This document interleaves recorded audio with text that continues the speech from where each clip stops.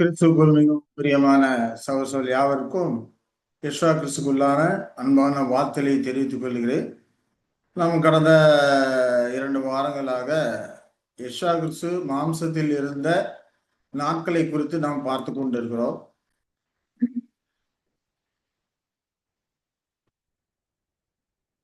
பஸ்கா நியரஸ்டா இருக்கிறதுனால நாம் யெஷுவா கிறிஸ்து குறித்த காரியங்களை படிக்கலாம் என்று முடிவு செய்து அவர் மாம்சத்தில் இருந்த காரியங்களை குறித்து நம்ம படித்து கொண்டிருக்கிறோம். அதனுடைய தலைப்பு பார்த்தோம்னா Yeshua early years as a human being part 3. இது பகுதி 3. யெஷுவா ஒரு மனிதனாக அவருடைய ஜீவியத்தின் ஆரம்ப காலத்தை குறித்து நம்ம படிக்கிறோம். இதற்காக நம்ம தேர்வு செய்திருக்கிற வேத பகுதி என்னன்னு பார்த்தோம்னா எசாயா 52 13 எசாயா 53 12 வரைக்கும் இருக்கக்கூடிய காரியங்கள்.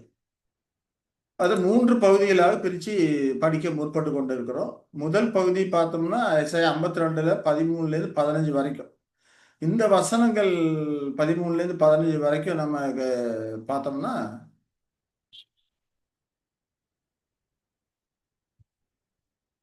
இதோ என் தாசன் ஞானமாய் நடப்பார், அவர் உயர்த்தப்பட்டு மேன்மையும் மகா உன்னதவுமாய் இருப்பார். மனுஷனை பார்க்கிலும் அவருடைய முகப்பார்வையும் மனுபுத்திரரை பார்க்கிலும் அவருடைய ரூபமும் எவ்வளவு அந்தக்கேடு அடைந்தபடியினாலே அவரை கண்ட அநேகர் பிரமிப்படைந்தார்கள். அப்படியே அவர் அநேகம் ஜாதிகள் மேல் தெளிப்பார். அவர் நிமித்தம் ராஜாக்கள் தங்கள் வாயை மூடுவார்கள். ஏனெனில் தங்களுக்கு தெரிவிக்கப்படாதிருந்ததை அவர்கள் காண்பார்கள், கேள்விப்படாதிருந்ததை அவர்கள் அறிந்து கொள்வார்கள். அப்படிங்கிற காரியம் ஃபர்ஸ்ட் பார்ட். இதுல யாவே தேவன் தம்முடைய யெஷுவா கிறிஸ்துவை தம்முடைய தாசன் என்றும் அவர் ஞானமாய் நடப்பார் என்றும் காரியத்தை யெஷுவா கிறிஸ்து அறிமுகப்படுத்துகிறார். அதுக்கு தகுதியாகும்படிக்கு அறிமுகப்படுத்த அடுத்த வசனமே பார்த்தோம்னா அவரோட முகப்பார்வை அந்த கேடு அடைந்ததை குறித்து சொல்லுகிறாரு. அநேக ஜாதிகள் தெரிப்பேன் என்று சொல்லுகிறார். இப்ப யெஷுவா கிறிஸ்துவை யாவே தேவன் அறிமுகப்படுத்துகிற ஒரு காரியமாக இது இருக்கிறது. அடுத்தது பார்த்தோம்னா எசாயா 53 1 10 வரைக்கும் உள்ள வசனங்கள் பார்த்தோம்னா அது யாக்கோபின் இக்கட்டு காலத்திலே மனம் திரும்பிய இஸ்ரவேலர்கள் அவர்கள் உலகத்தாருக்கு யெஷுவா கிறிஸ்துவை குறித்து சொல்லக்கூடிய செய்தியாக அது இருக்கிறது அப்படின்னு சொல்லி பார்ப்போம். அது 1 வரைக்கும் உள்ள வசனம் என்னன்னு பார்த்தோம்னா எங்கள் மூலமாய் கேள்விப்பட்டதை விசுவாசித்தவன் யார்? கர்த்தருடைய புயம் யாருக்கு வெளிப்பட்டது? இளம் கிளையை போலவும் வறண்ட நிலத்திலிருந்து துளிக்கிற வேரை போலவும் அவனுக்கு முன்பாக எழும்புகிறார். அவருக்கு அழகும் இல்லை, சௌந்தரியமும் இல்லை. அவரை பார்க்கும்போது நாம் அவரை விரும்பத்தக்க ரூபம் அவருக்கு இல்லாதிருந்தது. அவர் அசட்டை பண்ணப்பட்டவரும் மனுஷரால் புறக்கணிக்கப்பட்டவரும் துக்கம் நிறைந்தவரும் பாடு அனுபவித்தவருமாயிருந்தார். அவரை விட்டு நம்முடைய முகங்களை மறைத்து கொண்டோம். அவர் அசட்டை பண்ணப்பட்டிருந்தார், அவரை எண்ணாமற் போனோம். மெய்யாகவே அவர் நம்முடைய பாடுகளை ஏற்றுக்கொண்டு நம்முடைய துக்கங்களை சுமந்தார். நாமோ அவர் தேவனால் அடிபட்டு வாதிக்கென்று எண்ணினோம். நம்முடைய மீறுதல்கள் நிமித்தம் மெய்யாகவே அவர் நம்முடைய பாடுகளை ஏற்றுக்கொண்டு நம்முடைய துக்கங்களை சுமந்தார். நாமோ அவர் தேவனால் அடிபட்டு வாதிக்கப்பட்டு சிறுமைப்பட்டவர் என்று எண்ணினோம். நம்முடைய மீறுதல்கள் நிமித்தம் அவர் காயப்பட்டு நம்முடைய அக்கிரமங்கள் நிமித்தம் அவர் நொறுக்கப்பட்டார். நமக்கு சமாதானத்தை உண்டு பண்ணும் ஆக்கினை அவர் மேல் வந்தது. அவருடைய தழும்புகளால் குணமாகிறோம். நாம் எல்லோரும் ஆடுகளைப் போல வழி தப்பி திரிந்து அவனவன் தன் தன் வழியிலே போனோம். கர்த்தரோ நம் எல்லோருடைய அக்கிரமத்தையும் அவர் மேல் விழப்பண்ணினார். அவர் நெருக்கப்பட்டும் ஒடுக்கப்பட்டும் இருந்தார், ஆனாலும் தம்முடைய வாயை அவர் திறக்கவில்லை. அடிக்கப்படும்படி கொண்டு போகப்படுகிற ஒரு ஆட்டுக்குட்டியை போலவும் தன்னை மயிர் கத்தரிக்கிறவனுக்கு முன்பாக சத்தமிடாதிருக்கிற ஆட்டை போலவும் அவர் தம்முடைய வாயை திறவாதிருந்தார். இருக்கனிலும் நாய திருப்பிலுமிருந்து அவர் எடுக்கப்பட்டார். அவருடைய வம்சத்தை யாரால் சொல்லி முடியும்? ஜீவன் உள்ளவருடைய தேசத்திலிருந்து அறுப்புண்டு போனார். என் ஜனத்தின் மீறுதல் நிமித்தம் அவர் வாதிக்கப்பட்டார். துன்மார்க்கரோடே அவருடைய பிரேத குடியை நியமித்தார்கள். ஆனாலும் அவர் மரித்தபோது ஐஸ்வர்யவானோடே இருந்தார். அவர் கொடுமை செய்யவில்லை, அவர் வாயில் வஞ்சனை இருந்ததும் இல்லை. கர்த்தரோ அவரை நொறுக்க சித்தமாக்கி அவரை பாடுகளுக்கு உட்படுத்தினார். அவருடைய ஆத்மா தன்னை குற்ற நிவாரண பலியாக ஒப்பு கொடுக்கும்போது அவர் தமது சந்ததியை கண்டு நீடித்த நாளாய் இருப்பார். கர்த்தருக்கு சித்தமானது அவர் கையினால் வாய்க்கும். அவர் தமது ஆத்ம வருத்தத்தின் பலனை கண்டு திருப்தியாவார். என் தாசனாகிய நீதிபரர் தம்மை பற்றும் அறிவினால் அநேகரை நீதிமான்களாக்குவார். அவர்களுடைய அக்கிரமங்களை தாமே சுமந்து கொள்வார். அவர் தம்முடைய ஆத்மாவை மரணத்தில் ஊற்றி அக்கிரமக்காரரில் ஒருவராக எண்ணப்பட்டு தாமே சுமந்து அக்கிரமக்காரருக்காக வேண்டிக் கொண்டது நிமித்தம் அநேகரை அவருக்கு பங்காக கொடுப்பேன். பலவான்களை அவர் தமக்கு கொள்ளையாக பங்கிட்டுக் கொள்வார். அப்ப இங்க பார்த்தோம்னா இந்த 10 வரைக்கும் உள்ள வசனங்கள் மனம் மாறிய இஸ்ரவேலர்கள் இயேசு கிறிஸ்துவை ஏற்றுக்கொண்டதுக்கு பிறகு அதுக்கப்புறம் உயிர்த்தெழுந்து வரக்கூடிய இஸ்ரவேலர்களுக்கும் உலகத்தாருக்கும் இவர்கள் சொல்லக்கூடிய அந்த செய்தி யெஷுவா கிறிஸ்துவை குறித்து அவர்கள் சொல்லக்கூடிய செய்தியாக இந்த காரியங்கள்லாம் இருக்குது. இது 2வது பகுதி. 3வது பகுதி இந்த விதமா யெஷுவா கிறிஸ்து பாடுபட்டதுனால அதனால வரக்கூடிய விளைவுகள் என்ன, தம்மைப்பட்ட அறிவில் அநேகரை நீதிமான்கள் ஆக்கிறார் அப்படிங்கிற விளைவுகளை குறித்து 11, 12 வசனங்கள் இங்கே சொல்லுகிறதை நாம பார்க்கிறோம். இது 3 பகுதிகளா பிரிச்சு இப்ப முதல் பகுதியை நம்ம பார்த்துக்கிட்டு இருந்தோம். ஏன்னா இந்த காரியம் தான் எசாயாவுடைய தீர்க்கதரிசனுடைய மொத்த பகுதிகளுக்கு ஒரு ஹார்ட் போல, இருதயம் போல அங்க இருக்குது அப்படிங்கிறத குறித்து பார்த்தோம். அதுல முதலாவது வசனம் நாம ஏற்கனவே பார்த்தோம். யாவை தேவன் என் தாசன் என்று அறிமுகப்படுத்த யெஷுவா கிறிஸ்துவை அறிமுகப்படுத்துகிறார். தாசன் ஞானமாக நடப்பார் அப்படிங்கிற காரியங்களை எல்லாம் நம்ம ஏற்கனவே பார்த்துட்டோம். அவர் தாவீது கிளையாக இருந்தாரு, தாவீது என்றும் அழைக்கப்பட்டாரு அப்படிங்கிற காரியங்களை நம்ம ஏற்கனவே பார்த்தோம். அதே போல தாசன் ஞானமாய் நடப்பார் அப்படிங்கிறப்போ எந்த விதமா ஞானமாக பூமியில் உள்ள மக்களுக்கு உயிர்த்தெழுந்து வரக்கூடிய மக்களுக்கு எப்படி தமது நீதியை கற்றுக் கொடுப்பாரு அப்படிங்கிற காரியங்கள்லாம் ஏசாயா 11ஆம் அதிகாரத்துல 1லேருந்து வரக்கூடிய அந்த வசனங்களை எல்லாம் நாம் பார்த்தோம். அப்ப நீதி அவருக்கு அரைக்கட்டா இருக்கு, சத்தியம் அவருக்கு இடைக்கட்சியா இருக்குது. ஓனாய் ஆட்டுக்குட்டியோட தங்கும், புலி வெள்ளாட்டுக்குட்டியோட படுத்துக்கொள்ளும், கன்று குட்டி பாலசிங்கம் காலையும் ஒருமித்து இருக்கும், ஒரு சிறு பையன் அவைகளை நடத்துவான் அப்படிங்கிறப்போ ஓனாய் போன்ற குணமுடையவர்கள், ஆட்டுக்குட்டி போன்ற குணமுடையவர்கள்லாம் ஒருமித்து ஜீவிப்பார்கள் அப்படிங்கிற காரியத்தை குறித்து அங்கே அடையாளமாக அங்கே சொல்லுகிறாரு. இப்படி இவர்களும் ஒருமித்து ஜீவிக்கும்படிக்கு ஞானமாய் நீதி கற்றுக் கொடுக்கிறாரு. இப்ப நீதி அப்படின்னாவே நம்ம ஏற்கனவே பார்த்துருக்கோம் இல்லைங்களா? அதாவது பிறருடைய உரிமைகளும் சலுகைகளும் பாதிப்படையாதவாறு அவர்களோடு ஒத்துணர்வோடு ஜீவிக்கிறதா நீதி.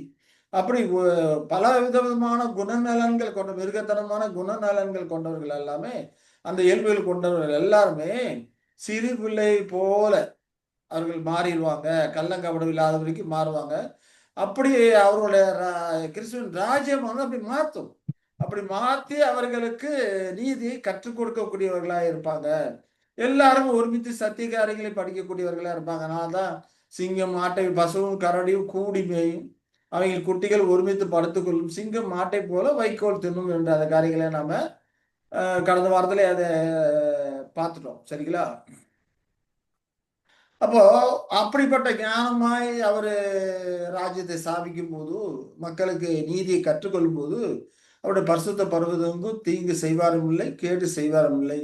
சமுத்திரம் ஜலத்தினால் நிறைந்திருக்கும் போல பூமி கர்த்தரை அறிகிற அறிவினால் நிறைந்திருக்கும் என்று சொல்றதை நாம பார்ப்போம்.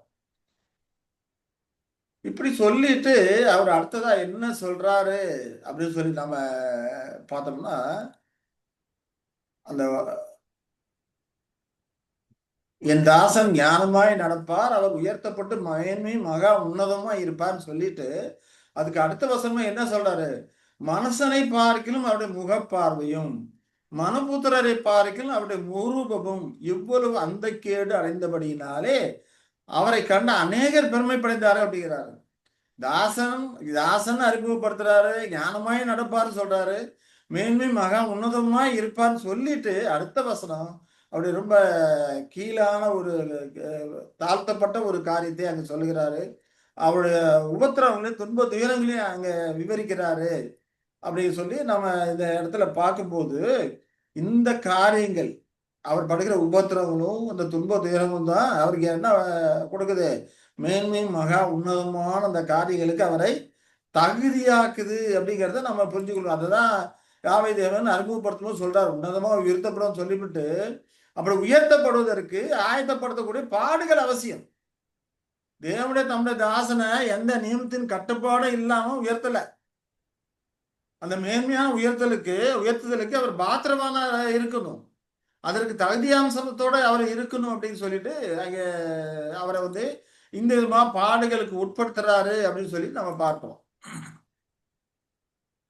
ஆதாமுக்காக அவனோடு விழுந்த அவனுக்குள் இருந்த அவனுடைய சந்ததிக்காக ஒரு ஈடு கிரயத்தை அவர் கொடுப்பது அவசியமா இருக்கு. விருத்தப்படுவர் முன்பு தன்னமே தானே தாழ்த்தி மனப்பரியந்தும் கீழ்ப்படிந்தவராக இருந்து ஒரு ஈடு கிரயத்தை ஆதாமுக்கும் அவனோட சந்தைக்கு ஈடு கிரயத்தை கொடுக்கறது அவசியமா இருக்கிறது. அதற்கு விதமான பாடுகள் மூலம் கொண்டு வர்றது அவசியமா இருக்குது. அப்ப இந்த மீட்கும் பொருள் அடிப்படையில தான் தேவன் தம்முடைய நீதியை மாறாம தம்முடைய தாசனுக்கும் தம்முடைய ஒரே பேரன் குமாரனுமா இருக்கிறவருக்கு ஜாதிகள் அவருக்கு சுதந்திரமாக பூமி அவருக்கு சொந்தமாக கொடுக்க முடியும்.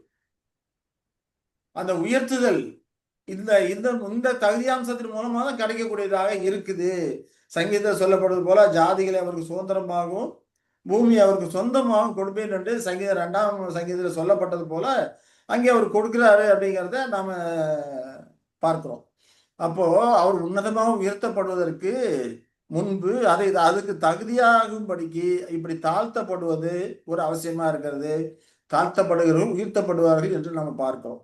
அதனால்தான் அடுத்த வசனத்துல சொல்லும் போது என்ன சொல்றாரு? எஸ்ஐ 52:14 சொல்லும் போது மனுஷனை பார்க்கணும் அவருடைய முகப்பார்வை மனுபுத்திரரை பார்க்கணும் அவருடைய ரூபம் இவ்வளவு அந்த கேடு அடைந்தபடினாலே இல்லைங்களா? அவரை கண்ட அநேகர் பிரமிப்படைந்தார்கள் என்று சொல்லுகிறதை நாம் பார்க்கிறோம். அப்படியே அவர் அநேகம் ஜாதிகள் மேல் தெளிப்பார். அவர் நிமித்தம் ராஜாக்கள் தங்கள் வாயை மூடுவார்கள். ஏனெனில் தங்களுக்கு தெரிவிக்கப்படாதிருந்ததை அவர்கள் காண்பார்கள், கேள்விப்படாதிருந்ததை அவர்கள் அறிந்து கொள்வார்கள் சொல்லி பார்க்கிறோம். அப்போ மனுஷனை பாருங்கள் அவருடைய முக பார்வை இவ்வளவு அந்தகேடு அடைஞ்சிருக்குது. அப்ப எல்லா மனுஷனை பார்க்கணும் இல்ல? அப்போ அவர் உயர்த்தப்படுவதற்கு முன்பு முதலாவது அவர் புறக்கணிக்கப்படுறாரு. அவர் அவமானப்படுத்தக்கூடிய காரியங்களை எல்லாம் சொல்றாரு. அப்ப உயர்த்தப்படுவதற்கு எதிர் விளைவான ஒரு காரியமாக இந்த காரியம் இருக்கு. மனுஷனை பார்க்கக்கூடிய முகப்பார்வை மனுப்புத்திரை பார்க்க அவருடைய முகரூபம் அந்த கேடு அடைந்தபடினாலே சொல்லும்போது ஒரு எல்லா மற்ற மனிதர்களை பார்க்கலாம் அவருடைய முகப்பார்வை இப்படி ரொம்ப விரும்பத்தகாததாக அங்கே இருக்கிறது அப்படின்னு சொல்லி நாம பார்ப்போம். இவ்வளவு பாடுகள் எல்லாம் வந்து யாருக்காக?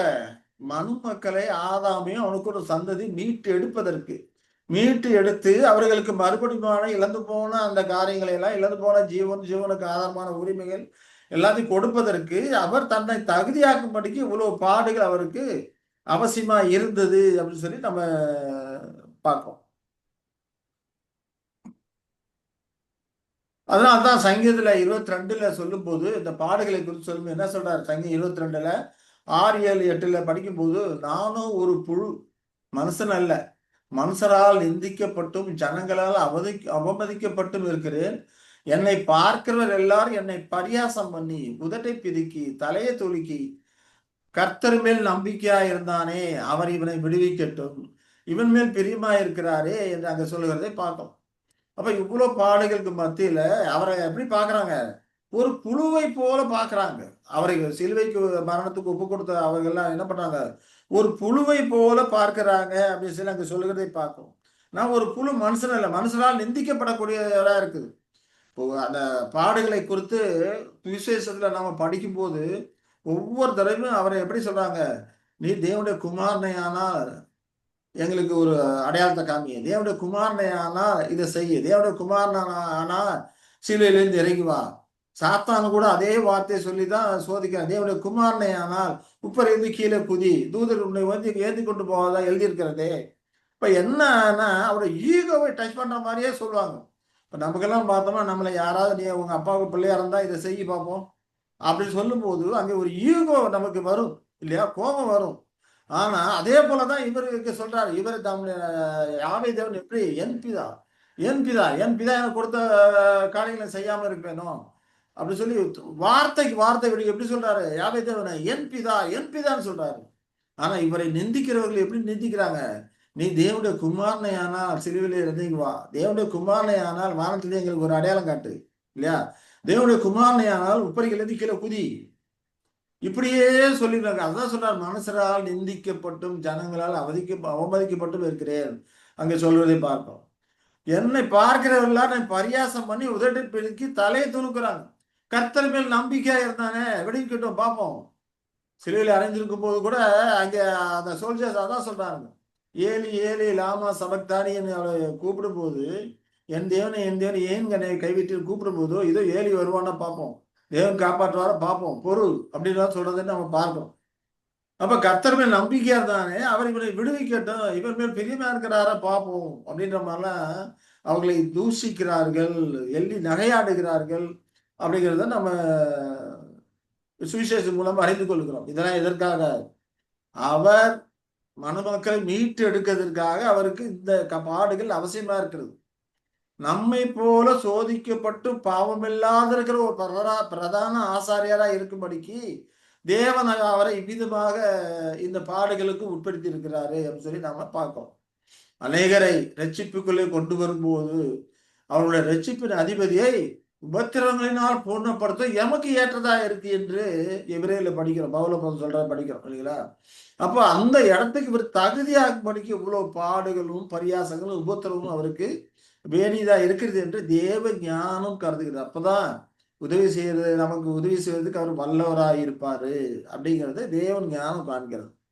அப்ப அவருடைய பாடுகளை குறித்து எசாயாவில் 50ஆம் அதிகாரத்தில் அவரை கொடுத்து விவரிக்கும் போது, அடிக்கிறவர்களுக்கு என் முதுகையும் தாடை மயிரை பெடுகிறவர்கள் என் தாடைகளையும் ஒப்பு கொடுத்தேன் அப்படிங்கிறார். அவமானத்துக்கு உமிழ் இருக்கும் என் முகத்தை மறைக்கவில்லை அப்படிங்கிறார். அதனால்தான் அவருடைய முகப்பாலை இவ்வளவு அந்த கேடு அடைத்தபடினால் அப்படி சொல்லி நம்ம பார்க்கிறோம். அப்ப அடிக்கும் போது முதுகையும் தாடை மேல பெடுக்க தாடையும் ஒப்பு கொடுத்தேன், அதுக்கெல்லாம் எந்த ஒரு எதிர்ப்பும் தெரிவிக்கல அப்படிங்கிறாரு. காரை உமிழும் போது முகத்தை மறைக்கல அப்படிங்கிறாரு, இல்லையா? அந்த அளவுக்கு இவர் தம்மை தாமே வாலண்டரியாக ஒப்பு கொடுத்திருக்கிறாரு. அந்த வாலண்டரியா ஒப்பு கொடுத்த காரியம் தான் எல்லாத்துக்கும் அசையாதபடிக்கு அமைதியாக பொறுமையாக இருந்தான்னு சொல்லி பார்க்கணும். எது நிமிஷம் இதெல்லாம் சகித்து கொண்டு பொறுமையா இருக்கிறாரு. கர்த்தராகி ஆண்டவர் எனக்கு துணை செய்கிறார், ஆகையால் நான் வெட்கப்படேன், இல்லையா? எல்லாம் இவ்வளவு உபத்திரவம் மத்தியிலும் துன்பங்கள் மத்தியிலும் தேவன் என் பட்சத்தில் இருக்கிறார், ஆண்டவர் எனக்கு உதவி செய்கிறார், ஆகையினால இந்த வெட்கத்துக்கு எல்லாம் இந்த இப்படிப்பட்ட காரியங்களை குறித்து நான் வெட்கப்பட மாட்டேன் அப்படின்னு சொல்லிட்டு அவர் மனதிலே அப்படி ஒரு வைராக்கியமாக அங்க இருக்கிறான்னு சொல்லி பார்ப்போம். ஆனா நமக்கு இப்படிப்பட்ட உபத்திரவ துன்பங்கள் வந்தோம்னா பைபிள் படிக்க மாட்டோம், விட்டு ஓடியே போயிடும், இல்லைங்களா? ஆனா இவர் நமக்காக இந்த பாடுகளை எல்லாம் சுமந்தார், அவருக்காக இல்ல, நமக்காக, இந்த ஆதாமின் சந்ததிக்காக இந்த பாடுகளை எல்லாம் சுமந்தார் அப்படிங்கிறத நம்ம பார்ப்போம், இல்லையா? அப்போ யாவே தேவன் மேல் கொண்ட விசுவாசம், கர்த்தராய் ஆண்டவர் எனக்கு துணை செய்கிறார், ஆகையால் நான் வெட்கப்படேன், நான் வெட்கப்பட்டு போவதில்லை என்று அறிந்திருக்கிறேன். அவர் விசுவாசம் எப்படி அறிக்கை எடுக்கிறார் பாருங்க, உறுதியாக நான் வெட்கப்பட்டு போவதில்லை என்று அறிந்திருக்கிறேன், ஆதலால் என் முகத்தை கற்பாறை போல் ஆக்கினேன். முகத்தை கற்பாறை போல் ஆக்கினா என்ன அர்த்தம்? கற்பாறை போல முகத்துல எந்த ஒரு சலனமும் இல்லாதபடிக்கு அவர்கள் காரி உமிழும் போதும் அவர்களை திட்டும் போதும் ஏசும் போதும், இல்லையா, முகத்துல எந்த ஒரு சலனமுமே இல்லாதபடிக்கு இருந்தார். அதற்கெல்லாம் காரணம் என்ன? ஆண்டவர் எனக்கு துணை செய்கிறார், நான் வெட்கப்பட்டு போல் என்று நான் அறிஞ்சிருக்கிறேன். அந்த அளவுக்கு தேவமத்தில கொண்ட ஒரு விசுவாசம். அதனால முகத்துல எந்த ஒரு சலனமும் இல்லாம கற்பாறை போல் ஆக்கினேன் அப்படின்னு சொல்றார். ஆகையினாலதான் எசாயா 52 சொல்லும் போது தேவன் இவரை அறிமுகப்படுத்தி சொல்லும் போது அவருடைய முகப்பாறை இவ்வளவு அந்த கேடு அடைந்தபடினாலே அநேகர் பெருமைப்படைகிறார்கள், இல்லையா? அப்ப சுற்றி இருந்த மக்கள் மற்றவர்கள் எல்லாமே இவ்வளவு அடிச்சும் சொந்த ஒரு சலனமும் இல்லாதபடிக்கு முகத்தை கற்பாறை போல வச்சிருக்கிறாரு, எந்த ஒரு பிரதிபலிப்பும் இல்லையே அப்படிங்கிறப்போ எல்லாரும் அதை பார்த்து ரொம்ப ஆச்சரியப்படுறாங்க, பிரமிப்படைகிறாங்க. ஏன்னா ஏற்கனவே ஒரு முறை ஜனங்கள் எல்லாரும் இவரை மலை மேலிருந்து தள்ளி விடுறதுக்கு போகும்போது அங்கிருந்து மறைந்து போயிடுறாரு. அங்கிருந்து அவைகளிலிருந்து விலகி போயிடுறாரு அப்படிங்கிறத படிக்கிறோம். அதே போல ராஜாவாக்குறதுக்காக ஜனங்கள் ட்ரை பண்ணும்போதும் விலகி போயிடுறாரு. அப்ப இவருக்கு இருக்க வல்லமைகள், இவருக்கு இருக்கிற காரியங்கள் எல்லாம், வல்லமைகளை எல்லாம் நாம பார்க்கும்போது, நிச்சயமா இவர் தேவன் நோக்கி ஒரு விண்ணப்பம் பண்ணா காப்பாத்திடுவாரு. இதுல இருந்து எடுத்துடுவாரு. ஆனா தேவனுடைய சித்தத்தின்படி தன்னை வாலண்டரை இவர் ஒப்பு கொடுத்தார் அப்படிங்கிறத இந்த காரியங்கள் மூலமாக நாம் உணர்ந்து கொள்ள முடியும். ஏன்னா எந்த ஒரு எதிர்ப்புமே தெரிவிக்கல. வாலண்டரியாக தன்னை ஒப்பு கொடுக்கிறார். முகத்தை கற்பாரை போல் ஆக்கினு அங்கே சொல்றதை நாம பார்க்கிறோம் இல்லைங்களா? இது எல்லாமே மற்றவர்களுக்காக பாடுபடுகிறார். எனக்காகவும் உனக்காகவும் உலக மக்கள் அனைவர்களுக்காகவும் இன்னும் பிறக்க போற சந்ததிக்காகவும் தான் இந்த பாடுகளை அவர் சகித்துக் கொண்டிருக்கிறார். அதனால்தான் அதுக்கு அடுத்த வசனம் சொல்லும்போது ஜாதிகள் மேல் தெளிப்பார் என்று சொல்லுவதை பார்ப்போம். அப்படியே அவர் அநேக ஜாதிகள் மேல் தெளிப்பார். அவர் நிமித்தம் ராஜாக்கள் தங்கள் வாயை மூடுவார்கள். ஏனெனில் தங்களுக்கு தெரிவிக்கப்படாதிருந்ததை அவர்கள் காண்பார்கள், கேள்விப்படாதிருந்ததை அவர்கள் அறிந்து கொள்வார்கள். அப்ப புது உடன்படிக்கை அங்க சாபிதமாகுது. உடன்படிக்கையின் ரத்தமாகிய கிறிஸ்துவின் ரத்தம் அநேகருக்காக சிந்தப்படுகிறதா இருக்கிறது என்பதை இது நமக்கு விலகி நிற்கக்கூடியதா இருக்கிறது. அதுதான் அநேக ஜாதிக்கு மேல் தெளிப்பார் என்று அங்க சொல்லுகிறதை பார்க்கிறோம். இப்ப இதெல்லாம் அடையாளத்திலும் காண்பிக்கப்பட்டிருக்குது. இஸ்ரேல் ஜனங்களுக்கு சொல்லப்பட்ட அந்த புறவாதில் பலியில அந்த காரியங்களை எல்லாம் அடையாளமாக அங்க சொல்லப்பட்டிருக்கிறது அப்படிங்கிறத நம்ம பார்க்கணும். பார்த்தோம்னா யாத்ராம 24ல 6, 7, 8 வருஷங்களை பார்த்தோம்னா மோசே அந்த ரத்தத்தில் பாதி எடுத்து பாத்திரங்களில் வார்த்து பாதி ரத்தத்தை பலிபீடத்தின் மேல் தெளிக்குது. உடன்படிக்கையின் புஸ்தகத்தை எடுத்து ஜனங்கள் காது கேட்க வாசித்தான். அவர்கள் கர்த்தர் சொன்னபடி எல்லாம் செய்து கீழ்ப்படி நடப்போம் என்றார்கள். அப்பொழுது மோசே ரத்தத்தை எடுத்து ஜனங்களின் மேல் தெளித்து இந்த வார்த்தைகள் யாவையும் குறித்து கர்த்தர் உங்களோடு பண்ணின உடன்படிக்கையின் ரத்தம் இதுவே என்றான். இல்ல ரத்தம் அநேகர் மேல் தெளிக்கப்படும். அநேகருடைய பாவங்களுக்காக அவர் தன்னுடைய ஜீவனை கொடுத்திருக்கிறாரு. அது அநேகருக்காக அவர் அப்ளை பண்ணப்படும் அப்படிங்கிறத அழகா இங்க சொல்லுகிறாரு அப்படின்னு சொல்லி பார்ப்போம். உடன்படிக்கையின் ரத்தம். அப்ப புது உடன்படிக்கைக்கு இது அடையாளமாக அங்க இருக்கிறது அப்படிங்கிறத பார்க்கிறோம். ஜனங்கள் அந்த புத்தகத்தின் படியெல்லாம் நடப்போம்னு வாக்கு கொடுக்குறாங்க, நடப்போம் அப்படின்னு சொல்றாங்க இல்லைங்களா? இப்ப இதெல்லாம் பெசிலியா காலத்தில் நடக்கக்கூடிய காரியங்களுக்கு ஒரு அடையாளமாக அது இருக்கிறது. அப்ப அதற்கு அப்படிங்கிறத நம்ம பார்க்கிறோம். அது மட்டும் இல்லாம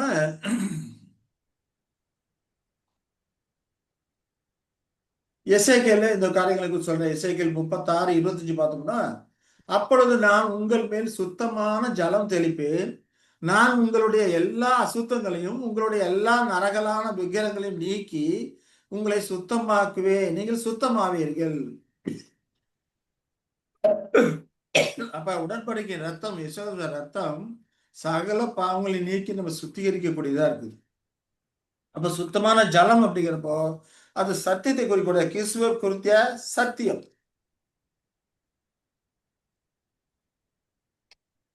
அவர் நமது பாவங்களுக்காக மரித்தார், நம்முடைய மீதுகளிலிருந்தும் காயப்பட்டார், நமக்காக அவன் ஜீவனை கொடுத்தார் அப்படிங்கிற கிறிஸ்துவை குறித்த அந்த சத்தியம் எல்லா ஜனங்களுக்கும் அறிவிக்கப்படக்கூடியதா இருக்குது.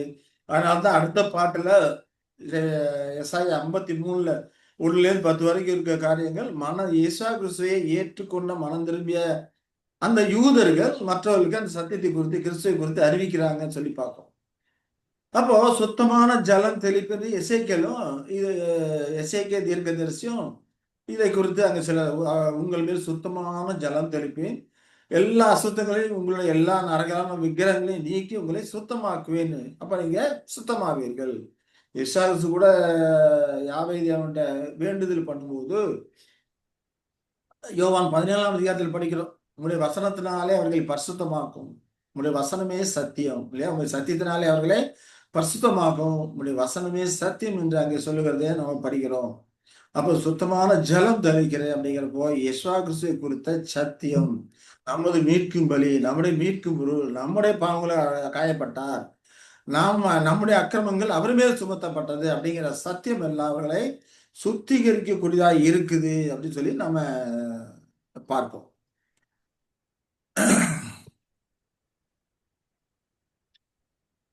இப்படி இந்த சத்தியத்தெல்லாம் கேட்கும் போதுதான் எஸ்ஐக்கள் 36:26 சொல்லும்போது, உங்களுக்கு நவமான இதயத்தை கொடுத்து உங்கள் உள்ளத்திலே புதிதான ஆவியை கட்டளையிட்டு கல்லான இருதயத்தை உங்கள் மாம்சத்திலிருந்து எடுத்து போட்டு சதையான இதயத்தை உங்களுக்கு கொடுப்பேன் அப்படிங்கிறார். அப்ப இந்த செய்திகளை ஆண்டவராக யெஷுவா கிறிஸ்து நமக்காக பாடுபட்டு இருக்கிறார், நமக்காக ரத்தம் சிந்தியிருக்கிறாரு. நம்மேல் வரக்கூடிய ஆக்கினை அவர் மேல் வந்தது. இந்த செய்திகள் எல்லாம் அவர்கள் கேட்கும்போது அவர்கள் இருதயம் உடைக்கப்படக்கூடியதா இருக்கு. முதலாவது இந்த செய்தி யார் கேட்கிறாங்க? யாக்கோபோட இக்கட்டு காலத்தில் இருக்கிற இஸ்ரவேலர்கள் கேட்கிறாங்க. இஸ்ரவேலர்கள் கேட்கும்போது அவரோட உள்ளம் இதுவாக நொறுக்கப்படுகிறது. கல்லான எதையும் அகற்றப்படுகிறது. கல்லான எதை அகற்றி அதை மாசத்தை எடுத்து போட்டு சதையான எதையும் உங்களுக்கு கொடுப்பேன் அப்படிங்கிறாரு. அப்ப வரக்கூடிய அந்த உபத்திரம் துன்பமானது கல்லான இதயத்தை அவர்கள் அகற்றி போடக்கூடியதா இருக்குது. இந்த சத்திய செய்தியானது அவர்களுக்கு நவமான உரியத்தை கொடுக்கக்கூடியதாக அது இருக்குது. அப்ப சத்திய செய்தியே அவர்களுக்கு இருதயத்தை நொறுக்கக்கூடியதா இருக்குது. இதே இந்த சத்திய செய்தி அவர்களுக்கு ஒரு நவமான இருதயத்தை கொடுத்து ஆண்டவரை யெஷுவா கிறிஸ்துவை தங்கள் சொந்த இரட்சகராக மீட்பராக ஏற்றுக்கொள்ள செய்யக்கூடியதாக அது இருக்குது அப்படிங்கிறது இந்த தீர்க்கதரிசன வசனங்கள் நமக்கு விளக்கக்கூடியதாக இருக்கிறது.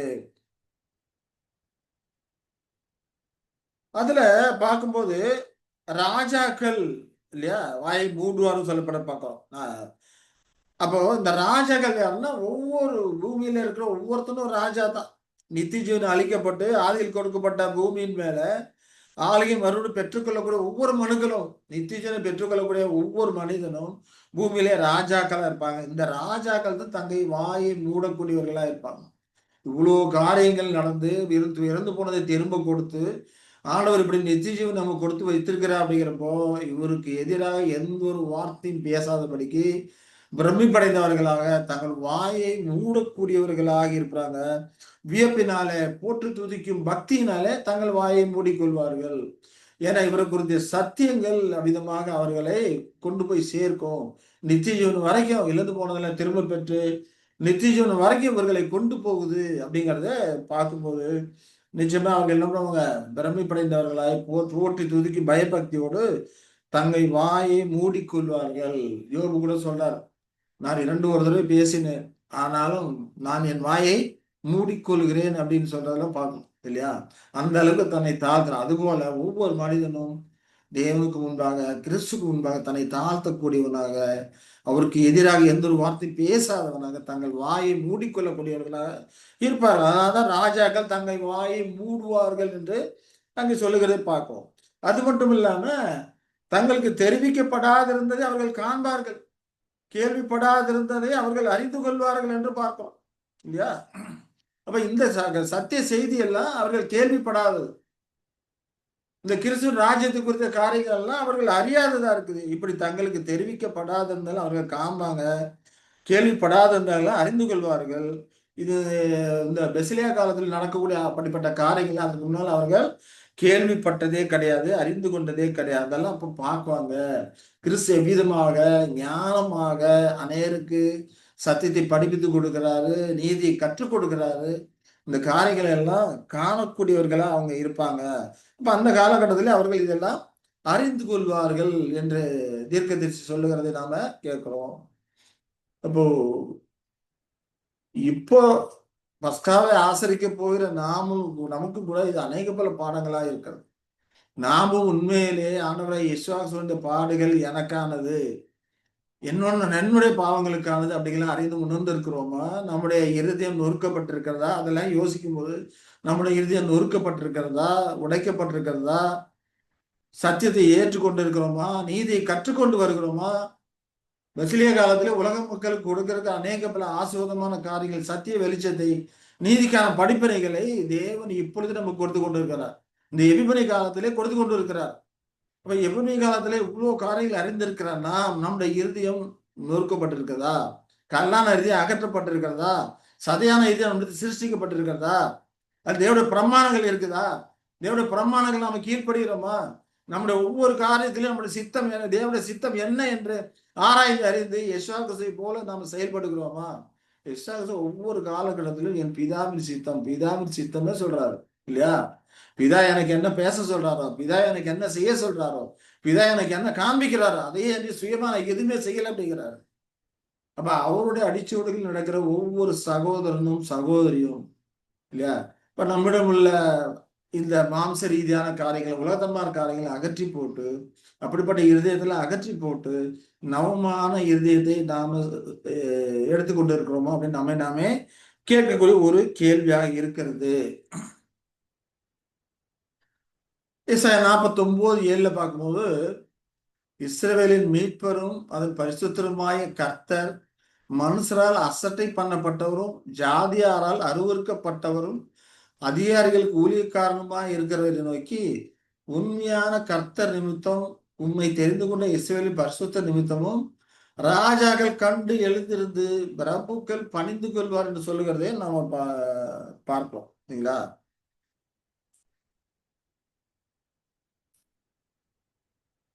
அப்போ இந்த முன்னுரையில ஏசாயா 52:13-15 சொல்லப்பட்ட அந்த காரிய தீர்க்க தரிசனத்தோட அந்த முன்னுரையில நாம பார்த்த இந்த காரியங்கள் எல்லாம் இங்க நடக்கக்கூடியதா இருக்கு. எல்லாரும் வாயை மூடக்கூடியவங்க இருப்பாங்க இல்லையா. கர்த்தர் நிமித்தம், உண்மையுள்ள கர்த்தர் நிமித்தம், உண்மை தெரிந்து கொண்ட இஸ்ரவேலின் பரிசுத்தர் நிமித்தம் ராஜாக்கள் கண்டு எழுந்திருப்பாங்க, பிரபுக்கள் பணிந்து கொள்வார்கள் சொல்லும் போது, அந்த காலகட்டத்தில் இருக்கக்கூடிய ஒவ்வொரு மனிதனும் போற்றும் பயபக்தியோடு அவர் பணிந்து கொள்ளக்கூடியவர்களாக இருப்பார்கள் அப்படிங்கிறது அறிவுறுத்தக்கூடியதா இருக்கிறது. அது மட்டும் இல்லாம சங்கீதம் 72:8-11 வரைக்கும் படிக்கும்போது, ஒரு சமுத்திரம் தொடங்கி மறு சமுத்திரம் வரைக்கும், நதி தொடங்கி பூமியின் எல்லைகள் வரைக்கும் அவர் அரசாளுவார். வனாந்தரத்தார் அவருக்கு முன்பாக குனிந்து வணங்குவார்கள். அவருடைய சத்துருக்கள் மண்ணை நக்குவார்கள். தர்ஷீஷின் ராஜாக்களும் தீவுகளின் ராஜாக்களும் காணிக்கைகளை கொண்டு வருவார்கள். சேபாவிலும் உள்ள ராஜாக்கள் வெகுமானங்களை கொண்டு வருவார்கள். சகல ராஜாக்களும் அவரை பணிந்து கொள்வார்கள். சகல ஜாதிகளும் அவரை சேவிப்பார்கள்.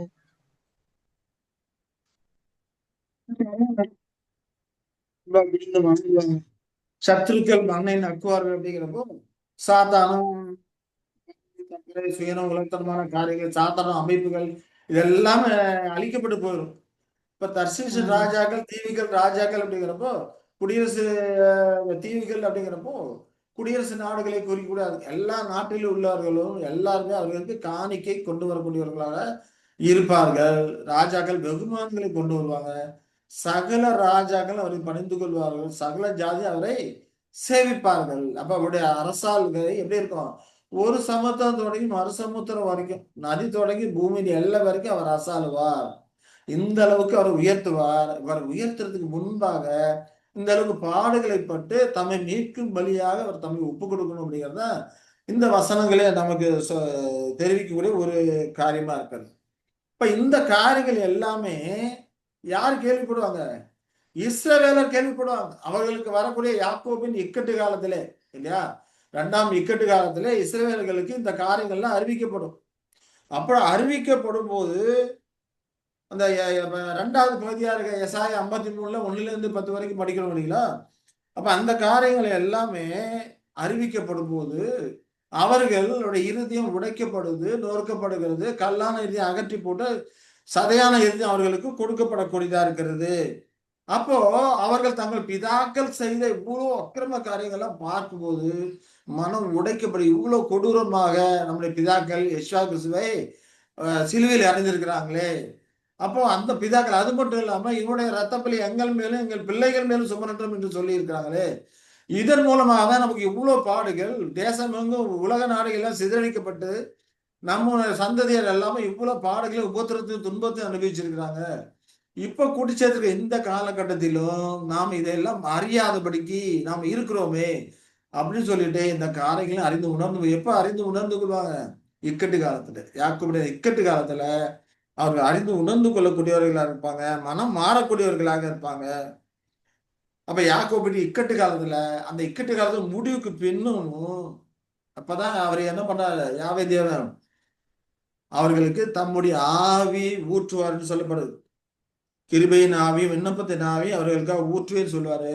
அப்ப தேவனை நோக்கி விண்ணப்பம் பண்ணக்கூடியவர்களாக இருப்பாங்க, தன்னுடைய பாவ அறிக்கை செய்யக்கூடியவர்களாக இருப்பாங்க. அப்பொழுது எருசலேம் புலம்பல் பெரிதா இருக்கும் என்று சகரியா சொல்லுகிறார், சகரியா தீர்க்கதரிசி சொல்றார். அப்ப இஸ்ரவேலர்கள் குற்றம் செய்ததற்காக மனம் வருந்தி அதை ஒப்புக்கொள்ளக்கூடிய ஒரு காரியம் அது. சகரியா 12ல 9, 10, 11 படிச்சோம்னா, எருசலேமுக்கு விரோதமாய் வருகிற எல்லா ஜாதியும் அழிக்க பார்ப்பேன் அப்படிங்கிறார். அந்த சூழ்நிலை எப்படி இருக்கு? எருசலேமுக்கு விரோதமாக கோகு படை திரட்டி கொண்டு வந்துட்டு நிக்கிறான். இந்த சூழ்நிலையிலே தான் அவர்கள் என்ன பண்ணாங்க? யெஷுவா கிறிஸ்து கொடுத்த காரியங்கள்லாம் உணர்ந்து கொள்ளுகிறாங்க. இக்கட்டான சூழ்நிலையை உணர்ந்து கொள்ளுகிறாங்க. உணர்ந்து கொள்ளும் போதுதான் அப்ப தேவன் சொல்ல, நான் தாவீதின் குடும்பத்தாரின் மேலும் எருசலேமின் குடிகள் மேலும் கிருபையின் ஆவியும் விண்ணப்பங்கள் ஆவியும் ஊற்றுவேன். அப்பொழுது அவர்கள் தாங்கள் குத்திர என்னை நோக்கி பார்த்து, ஒருவன் தன் ஒரே பேரானவனுக்கா புலங்கிறது போல எனக்கா புலம்பி, ஒருவன் தன் தலைச்சன் பிள்ளைக்கா துக்கித்து அழுகிறது போல எனக்கா மனம் கந்து துக்கிப்பார்கள். அப்பதான் அவர்கள் பாவங்கள் அவருக்கு உணர்த்தி வைக்கப்படுது. அந்த காலகட்டத்தில் மூப்பராக பார்த்துருவாங்க, உயிரோடு வந்திருப்பாங்க. அவர்கள் மூலமாக இந்த செய்திகள் எல்லாம் அவர் கேள்விப்படுறாங்க, அறிந்து கொள்ளுகிறாங்க. அறிந்து கொள்ளும் போது அவருடைய இருதயம் நொறுக்கப்படுது. நம்முடைய மூதாதையர்கள் இவ்வளவு பாவம் செஞ்சிருக்கிறாங்க, இவ்வளவு கொடூரமா நடந்திருக்கிறாங்க சொல்லிட்டு தேவனை நோக்கி பாவ அறிக்கை பண்ணி இருக்கக்கூடிய சூழ்நிலைக்காக அவனை நோக்கி பார்த்து அழுது புலம்புகிறாங்க. அழுது புலம்புகிறது சாதாரண ஒரு காரியம் அல்ல. இங்க சொல்லி என்ன சொல்றாரு? ஒருவன் தன் தலைச்சன் பிள்ளைக்காக துக்கித்து அழுகிறது போல எனக்காக மனம் கசந்து துக்கிப்பார்கள் சொல்றாரு. அப்போ யெஷுவா கிறிஸ்துக்கு வந்த பாடுகள், உபத்திரங்கள், துன்பங்கள்லாம் தன்னுடைய தலைச்சன் பிள்ளைக்கு வந்ததுன்னா அவங்க எந்த அளவுக்கு துக்கிப்பார்கள், எந்த அளவுக்கு மனம் கசந்து அழுவார்கள். அந்த அளவுக்கு அவங்க அழுது இருக்கிறாங்க, மனம் கசந்து துக்கிக்கிறாங்கன்னு அங்க சொல்றாரு தீர்க்கதரிசி.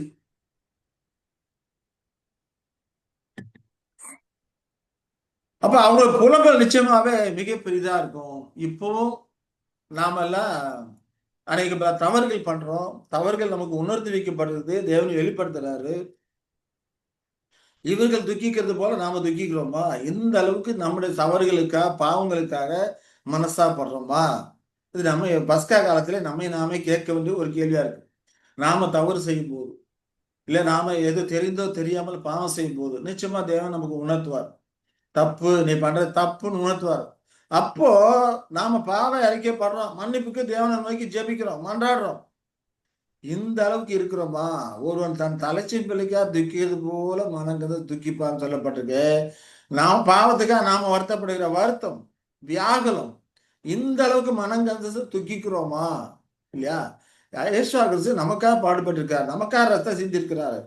நம்முடைய மீறுதல்கள் எல்லாம் அவர் மேல யாவை தேவன் சுமத்தி இருக்கிறாரு.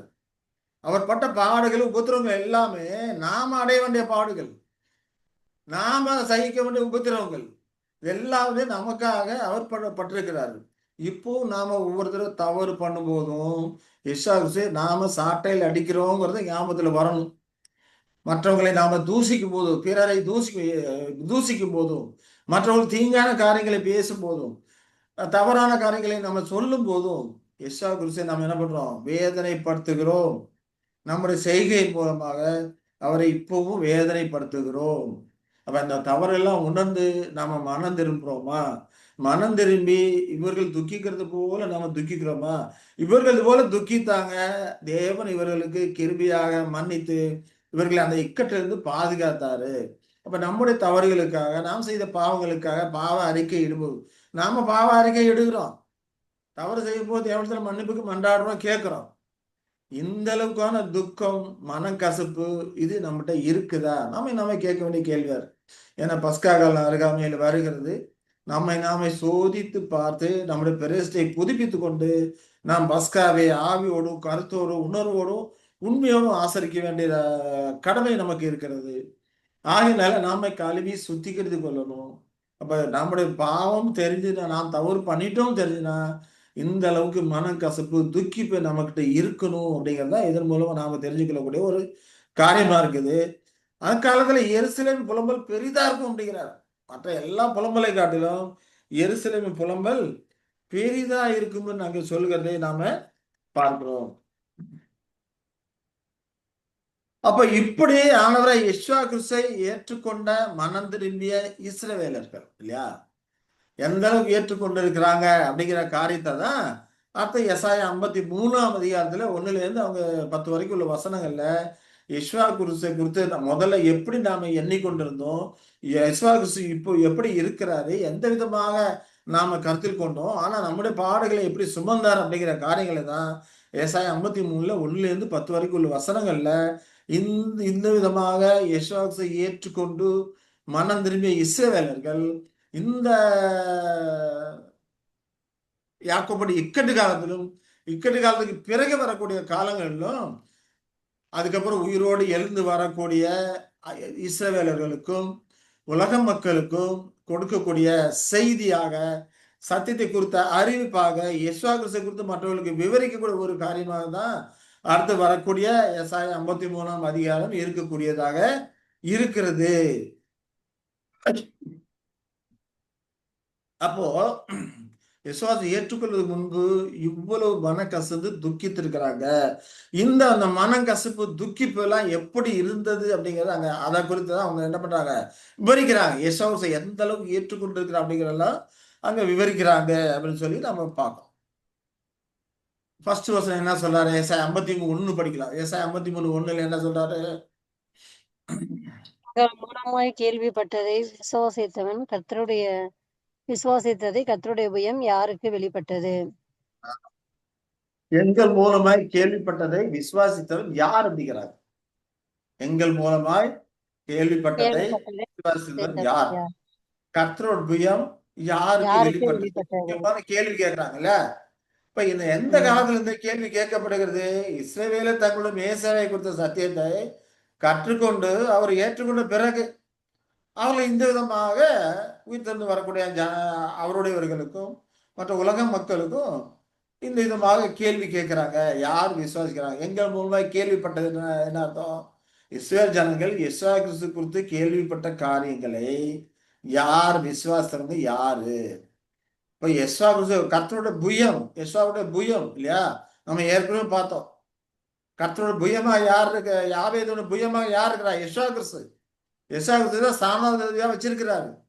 அப்ப யெஷுவா கிறிஸ்து தான் ஜனங்களை விடுவிக்கிறாரு. இஸ்ரவேல் ஜனங்களை அந்த காலகட்டத்திலே அவர் விடுவிக்கிறார். யாக்கோபின் இக்கட்டு காலத்துல சகல ஜாதியும் அவரை சூழ்ந்திருக்கும் போது அந்த பயங்கரமான உபத்திரவ காலத்திலே அவர்கள் விடுவிக்கிறாரு, பாதுகாக்கிறாரு. அப்ப இந்த கர்த்தரோட புயம், இந்த தேவன் அவர்களை அதிசயத்தக்கதும் பாதுகாத்திருக்கிறாரு, யெஷுவா கிறிஸ்து அவர்களை பாதுகாத்திருக்கிறார் அப்படிங்கிற இந்த புயம், அந்த வெற்றியான காரியங்கள் யாருக்கு வெளிப்பட்டது? யாருக்கெல்லாம் வெளிப்பட்டதோ அவர்கள் விசுவாசிப்பாங்க இல்லையா? அப்போ எங்கள் மூலமாய் கேள்விப்பட்டதே அப்படிங்கிறப்போ அவர்கள் ஏற்றுக்கொண்ட சத்தியத்தை தான் சொல்றாங்க. இப்ப அவர்கள் ஏற்றுக்கொண்ட சத்தியம் என்ன? யார் மூலமாக இதெல்லாம் அறிந்தார்கள் இல்லையா? அப்ப கேள்விப்பட்ட காரியம் என்ன அப்படிங்கிற குறித்த காரியங்களை நாம பார்த்தோம்னா என்ன கேள்விப்பட்டிருக்கிறாங்க? தேவனுடைய வலது பாரசத்துக்கு உயர்த்தப்பட்ட தேவனுடைய அதிசயமான தாசன் இல்லையா? யாவை தேவனை எப்படி அறிமுகப்படுத்துறாரு? 52ஆம் அதிகாரத்துல கிளாஸ்ல என்னுடைய தாசன் ஞானமாய் நடப்பான்னு சொல்றாரு இல்லையா? அப்ப அவரை வலது பாரசத்தை உயர்த்தி இருக்கிறாரு. அந்த தாசன் தம்முடைய பூர்ண மனுஷிக ஜீவனை மரணப்படைந்து ஒப்புவித்த மகா பலியின் மூலமாக ஆதாமுக இனத்திற்கும் மீட்பு கிரகத்தை கொடுத்திருக்கிறார். அது மட்டும் இல்ல, இஸ்ரவேலை நியாயபரமான தண்டனையிலிருந்து மீட்டு கொண்டிருக்கிறார். இது எல்லாமே அவர்கள் அறிந்த ஒரு காரியமா இருக்கிறது, கேள்விப்பட்ட ஒரு காரியமா இருக்கிறது. ஆதாமின் சாபம் மட்டுமல்ல, இஸ்ரவேல் மேல் உண்டு இருக்கக்கூடிய நியாயபரமான சாபத்திலிருந்து அவர்களை மீட்டு கொண்டாரு அப்படிங்கிறத நம்ம பார்க்கிறோம் இல்லையா? இதெல்லாம் ஏதாவது அவர்கள் அறிந்து கொண்ட உணர்ந்து கொண்ட ஒரு செய்தியா இருக்கிறது. அப்ப இஸ்ரவேல் ஜனங்கள் மேல 2 விதமான சாபம் இருக்கு. ஆதாம் மேல வந்த சாபம் இருக்கு, நியாயப்பிரமாணத்தை கடைபிடிக்காதனால அப்ப அந்த சாபம் அங்கே இருக்குது. அதனாலதான் உபாகமத்துல குறித்து அதை குறித்து பார்க்கிறோம். உபாகமம் 27 பார்க்கும்போது இந்த நியாயப்பிரமாண வார்த்தைகளை எல்லாம் கை கொண்டு நடக்காதவன் சபிக்கப்பட்டவன் என்பார்களாக ஜனங்கள் எல்லாரும் ஆமேன் என்று சொல்ல கடவர்கள் அப்படிங்கிறாரு இல்லையா? மோசே சொல்லும் போது சபிக்கப்பட்டு சொல்லி ஜனங்கள் ஆமேன்னு ஆமோதிக்கிறாங்க. இப்ப நியாயப்பிரமாணத்தை எல்லாரும் கடைபிடிச்சாங்களா? முடியல இல்லையா? முடிஞ்ச வரைக்கும் கடைபிடித்திருக்கணும், அதுவும் செய்யல. அதனாலதான் சிதறடிக்கப்பட்டு போனாங்க அப்படிங்கலாம் பார்க்கணும். இப்ப ஜனங்கள் எல்லாம் அதுக்கு ஆமேன்னு சொல்ல வார்த்தைகளை கடைபிடிக்கலன்னா சபிக்கப்பட்டவர்கள் அப்படின்னு சொல்லும்போது ஆமேன்னு சொல்றாங்க. அப்ப இந்த நியாயப்பிரமாண சாபத்திலிருந்து அவர்களை விடுவிக்கக்கூடியவரா இருக்கிறாரு. எரேமியா 11:3லயும் அந்த சாபத்தை குறித்து சொல்றாரு. என் சத்தத்தை கேட்டு நான் உங்களுக்கு கற்பிக்கிறபடியே எல்லா காரியங்களையும் செய்யுங்கள். அப்பொழுது நீங்கள் என் ஜனமா இருப்பீர்கள், நான் உங்கள் தேவனா இருப்பேன். இந்த காரியங்களை செய்தீங்கன்னா என் ஜனமா இருப்பீங்க, நான் உங்கள் தேவனா இருப்பேன். செய்யலைன்னா சபிக்கப்பட்டவர்களா இருப்பீங்க அப்படிங்கிறதா இந்த வசனத்தின் மூலமா நம்ம அறிந்து கொள்ளக்கூடிய ஒரு காரியமா இருக்கிறது இல்லையா? சரி, அப்போ அவர்கள் கேள்விப்பட்ட காரியம் யெஷுவா கிறிஸ்து ஆதாம் சந்ததிக்கும் அவனை இனத்திற்காக மீட்குங்கிறதை கொடுத்தாரு. அதிலிருந்து மீட்கிறது மட்டும் இல்லாமல் இஸ்ரவேலை நியாயப்பிரமாண தண்டனையிலிருந்து மீட்டு கொண்டிருக்கிற அந்த காரியங்கள்லாம் அவர்கள் கேள்விப்பட்டிருக்கிறாங்க. இந்த கேள்விப்பட்ட காரியங்களை எல்லாம் விசுவாசித்தவன் யார்? இதெல்லாம் மற்றவர்களுக்கு அறிவிப்பாங்க. அறிவிக்கும் போது யெஷுவா கிறிஸ்து குறித்து நாம கேள்விப்பட்ட காரியங்கள் இதெல்லாம் விசுவாசித்தவன் யார் என்று அங்க கேள்வி கேட்கிறாங்க. ரெண்டாவதா அவங்க அறிந்த காரியம், அந்த நியாயப்பிரமாணத்தை அவர்கள் எல்லோருமே மீறினாங்க. ஆனா யெஷுவாவோ பூர்ணமாக கடைபிடித்து மரத்திலே தூக்கப்படும் அளவிற்கு அதை அவர்களுக்காக நிறைவேற்றான்னு சொல்லி பார்க்கிறோம். நியாயப்பிரமாண சாபத்துக்கு யெஷுவா தன்னை உட்படுத்தி கொண்டார். நியாயப்பிரமாணத்தை கடைபிடிக்கலன்னா மரண தண்டனை தான். அந்த அதுவும் மரத்திலே தூக்கப்படும் போது அவன் சபிக்கப்பட்டவனா இருக்கிறான். அப்படிப்பட்ட தண்டனைக்கு தன்னை அவர் உட்படுத்தி கொண்டார் அப்படிங்கிற காரியங்களை எல்லாம் அவர்கள் உணர்ந்து கொள்வாருங்க. அதான் உபாகமம் 21, 22, 23 சொல்லப்பட்ட காரியங்கள் அவர்களே நிறைவேறி இருக்கிறது. 22, 23 என்ன சொல்றாரு படிக்கலாம். உபாகம் 21, 22, 23 கொலை செய்யப்பட்ட ஒருவன் மேல் சாவுக்கு பாத்திரமான பாவம் உண்டாயிருக்க அவனை கொலை செய்யும்படி மரத்திலே தூக்கு போடுவாயானால் இரவிலே அவன் பிரேதம் மரத்திலே தொங்கலாகாது. அந்நாளிலே தானே அதை அடக்கம் பண்ண வேண்டும். தூக்கி போடப்பட்டவன் தேவனால் சபிக்கப்பட்டவன். ஆகையால் உன் தேவனாகிய கர்த்தர் உனக்கு சுதந்திரமாக கொடுக்கும் உன் தேசத்தை தீட்டுப்படுத்தாதாயாக. கொலை செய்யப்பட ஒருவன் சாவுக்கான காரியம் செஞ்சானா மரத்துக்கு தூக்கி போடணும். ராத்திரில அவன் பிரேதம் தொங்கக்கூடாது அப்படிங்கிறார். அந்நாளிலே அதை அடக்கம் பண்ணி முடிச்சிடணும். தூக்கி போடப்பட்ட தேவனால் சபிக்கப்பட்டவன் ஆண்டவர் யெஷுவா கிறிஸ்து இவர்களை சாபத்திலிருந்து விடுவிக்கும்படிக்கு அவர் மரத்திலே தூக்கி போடப்பட்டார். சிலர் கேட்பாங்க, ஏன் யெஷுவா சிலையில தான் அறையப்படணுமா, வேற ஏதாவது செஞ்சு செத்துருக்க கூடாதா இல்லையா? ஏன் யெஷுவா கிறிஸ்து யூதேயாவுல பெத்லகேம் தான் பறக்கணுமா, ஏன் திருச்சியில பறக்க கூடாதா, ஏன் சென்னையில பறக்க கூடாதா, இந்தியாவில பறக்க கூடாதா கேட்கக்கூடிய ஆட்கள்லாம் இருக்கிறாங்க. ஒருத்தர் கேட்டார். அதற்கு காரணம் என்ன? இவர்களை நியாயப்பிரமாண சாபத்திலிருந்து நீக்க வேண்டுமானால் அவர் நியாயப்பிரமாணத்துக்கு உட்பட்டவராக வர வேண்டும். அப்படி இல்லாம வேற எங்கேயாவது பிறந்திருந்தாருன்னா என்ன ஆயிருக்கும்? ஆதாம சாபத்திலிருந்து மட்டும்தான் நீக்கக்கூடியவராக இருப்பார். நியாயப்பிரமாண சாபத்திலிருந்து இவர்கள் நீக்கக்கூடியவராக இருந்திருக்க மாட்டார். ஆனால் தேவன் ஞானமாக அவரை இஸ்ரவேலை பிறக்க வைத்து நியாயப்பிரமாணத்தை கடைபிடிக்க வைத்தாரு அப்படிங்கிறத நம்ம பார்க்கிறோம். இப்ப நியாயப்பிரமாண சாபத்தின் நிமித்தம் தான் இவர் சிலுவையிலே அறையப்பட்டாரு அப்படிங்கிறத இந்த வசனங்கள் மூலமாக தீர்க்கதரிசி நமக்கு வெளிப்படுத்துறாரு அப்படிங்கிறத பார்ப்போம். சரி, அப்புறம் பார்த்தோம்னா தேவ நீதிக்கு முன்பாக தங்களுக்கு பதிலாக அவர் நிற்கிறார். யாரு? யெஷுவா. இதெல்லாம் அவர்கள் யெஷுவா ஜனங்கள் அறிந்து உணர்ந்த காரியங்கள். அகையினால்தான் தலைச்சின் பிள்ளைக்கு அழுகிறது போல அழுகுறாங்க. தேவ நீதிக்கு முன்பாக தங்களுக்கு பதிலாக அவர் நின்றார். சிலுவையில் அறையப்பட வேண்டியது இவர்கள், அந்த சாபத்துக்கு ஆளாக வேண்டிய இஸ்ரவேலர்கள். ஆனா இவர் அதுக்கு ஆளாகினார். அவரே தங்களுடைய தண்டனையை அனுபவித்தவர் அப்படிங்கிறதெல்லாம் அவர்கள் அறிந்து கொள்ளுகிறாங்க, உணர்ந்து கொண்டிருக்கிறாங்க. அதை ஏற்றுக்கொண்டு அவரை விசுவாசித்தவர்களுக்கு அவர் நியாயப்பிரமாணத்தின் தண்டனையின் முடிவாக ஆனார். இந்த காரியங்கள்லாம் அவர்கள் அறிந்து உணர்ந்து கொண்ட காரியமா இருக்குது. அவர்களுக்கு ரட்சிப்பின் நம்பிக்கையை கொண்டு வந்தவர் ஆண்டவராய் யெஷுவா கிறிஸ்து. ஆதாமின் சாபத்திலிருந்தும் நியாயப்பிரமாண சாபத்திலிருந்தும் ரட்சிப்பின் நம்பிக்கையை கொண்டு வந்தவர் ஆண்டவராய் யெஷுவா கிறிஸ்து. இதெல்லாம் இஸ்ரவேல் ஜனங்கள் அறிந்து உணரும் போதுதான் அவர்கள் தன் தலைச்சின் பிள்ளைக்கு அழுது போல அழுதி அவரை நோக்கி புலம்பி கூப்பிடுறாங்க. எருசலேம் புலம்பல் அதிகமா இருக்கும் ஒவ்வொருவனும். அதெல்லாம் அதை குறித்து தீர்க்கதரிசி சொல்ல காரியங்கள்லாம் பார்த்தோம்னா ஒவ்வொரு குடும்பமும் தனித்தனியா புலம்பும். ஒவ்வொரு குடும்பத்துல ஒவ்வொரு நபரும் தனித்தனியா புலம்புவாங்க. ஒவ்வொரு ஸ்திரீகளும் தனித்தனியா புலம்புவாங்கன்னு சொல்லுவாரு. அந்த அளவுக்கு அவர்கள் துக்கப்பட்டு அவர்கள் ஆண்டவரை நோக்கி விண்ணப்பம் பண்ணி பாவத்தை அறிக்கையிடக்கூடியவர்கள் அவங்க இருக்கிறாங்க. சார் அதான் கலாத்தியர் 3:13 பவுல் சொல்றார், மரத்திலே தூக்கப்பட்ட எவனும் சபிக்கப்பட்டவன் என்று எழுதியிருக்கிறபடி கிறிஸ்து நமக்காக சாபமாகி நியாயப்பிரமாணத்தின் சாபத்திற்கு நம்மளை நீங்களாக்கி மீட்டு கொண்டார் என்று சொல்றதை நாம பார்க்கிறோம்.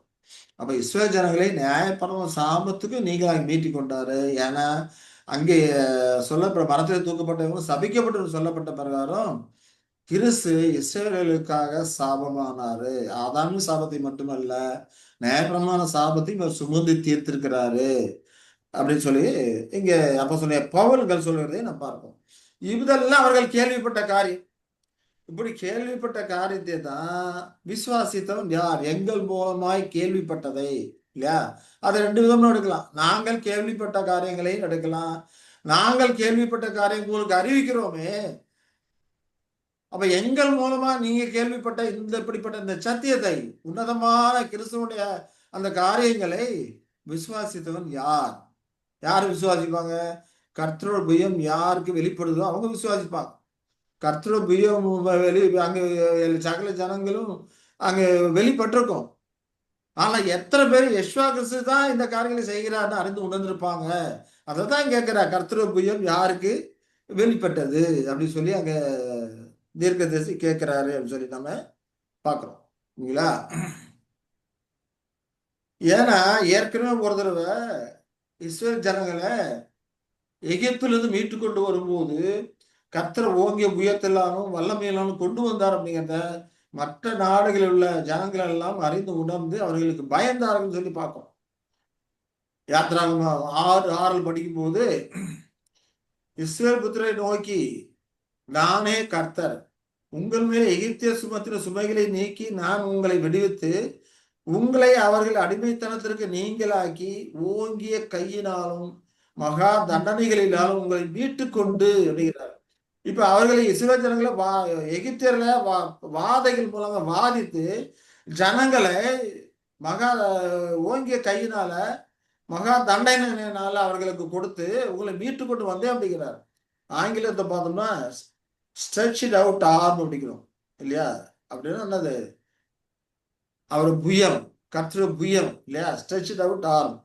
அந்த கர்த்தர புயம் அப்ப வெளிப்பட்டுச்சு. இஸ்ரவேல் ஜனங்களை மீட்டு எடுக்கும் போது கர்த்தர புயம் வெளிப்பட்டுச்சு. உலகத்தார எல்லாரும் இவர் பயங்கரமான தேவன், இவருக்கு முன்னால் யார் நிக்க முடியாது அப்படின்னு சொல்லி அநேகர் அறிந்து உணர்ந்தார்கள், அநேகர் பார்த்தாங்க. அதுபோல இந்த காலகட்டத்திலும் இஸ்ரவேல் ஜனங்களை தேவன் மீட்டு எடுக்கும் போது, இல்லையா, அந்த மகாபத்திரத்தை இறுதி கட்டத்துல யாக்கோபை இறுதி கட்டத்துல அவர்களை மீட்டு எடுக்கும் போது அநேகர் அதை காணக்கூடியவர்கள் இருப்பாங்க. இது கர்த்தருடைய பியம், தேவன் அவர்களுக்காக யுத்தம் பண்ணுகிறார் அப்படின்னு உணர்வாங்க. ஆனாலும் அது யெஷுவா கிறிஸ்து இந்த காரியங்களை செய்கிறார் என்பது அவர்களுக்கு வெளிப்பட்டுதா? கர்த்தருடைய பியம் யாருக்கு வெளிப்பட்டது? வெளிப்பட்டவங்க விசுவாசிப்பாங்க, வெளிப்படாதவங்க விசுவாசிக்க மாட்டாங்க அப்படிங்கிறத அவங்க கேள்வி கேட்கிற கேள்வி மூலமா கேட்கிறாங்க. நாங்கள் கேள்விப்பட்டதை விசுவாசித்தவன் யார்? கர்த்தருடைய பிரியம் யாருக்கு வெளிப்பட்டது, இல்லையா?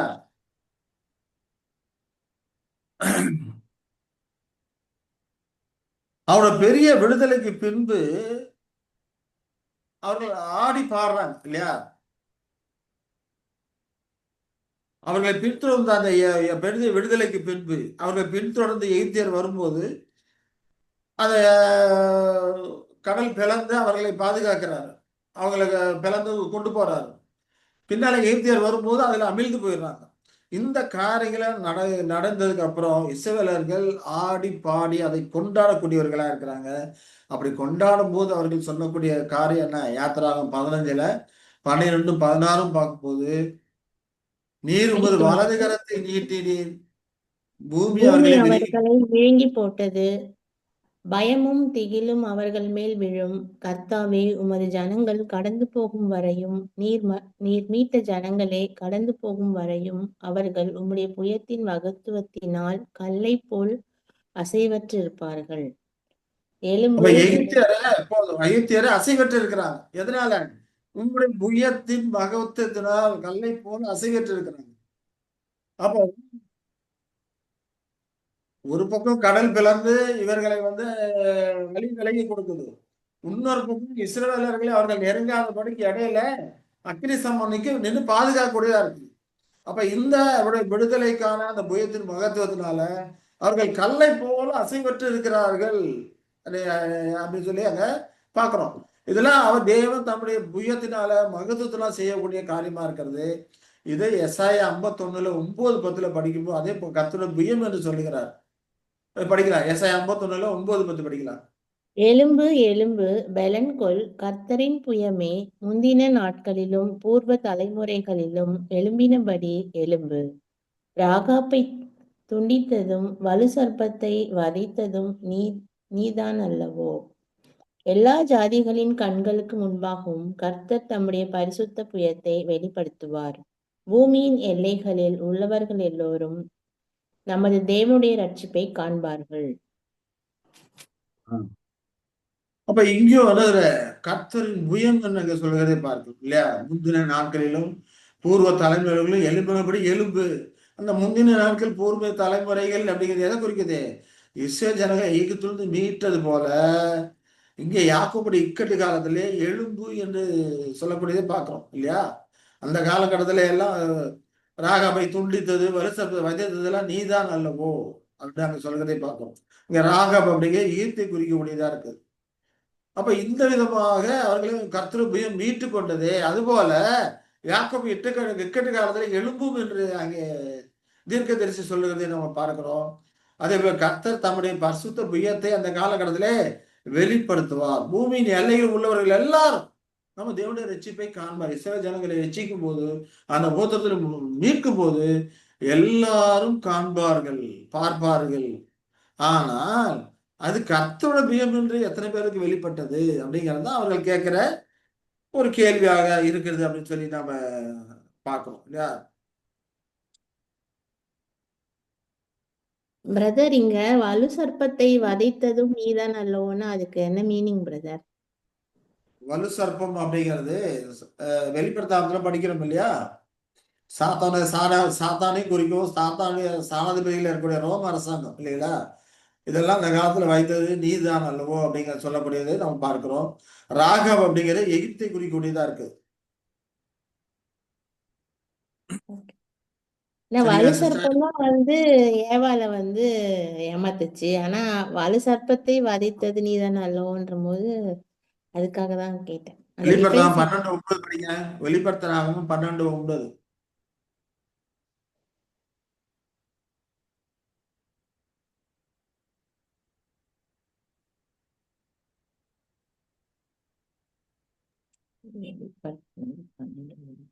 அனைத்தையும் மோசம் போக்குகிற பிசாசு என்றும் சாத்தான் என்றும் சொல்லப்பட்ட பழைய பாம்பாகிய பெரிய வலு சர்ப்பம் தள்ளப்பட்டது. அது பூமியிலே விழ தள்ளப்பட்டது. அதனோட கூட அதை சேர்ந்த தூதரும் தள்ளப்பட்டார்கள். சர்ப்பம் எதை குறிக்குது? சாத்தானையும் ரோம அரசாங்கத்தையும் குறிக்கூடியதா இருக்கு. பழைய பாம்பாகிய வலு சர்ப்பம் இல்லைங்களா? இதெல்லாம் தள்ளி போட்டுறாரு. இந்த பூமியில அதுக்கப்புறம் சாத்தான் இருக்க மாட்டான் இல்லையா? கட்டி போட்டுருவார் இல்லையா? அந்த காரியங்களை எல்லாம் ஒரு அடையாளப்படுத்தக்கூடியதா இருக்கு. அந்த காலகட்டத்துல இருக்கும்போது எகிப்துல வாதைகளை கொடுத்தோன்னா கொண்டு வந்தாரு. அது போல எகிப்து யாருக்கு அடையாளமா இருக்குது? சாத்தானுடைய அரசாங்கத்துக்கு அடையாளமா இருக்கு. பார்வோன் சாத்தானுக்கு அடையாளம் இல்லையா?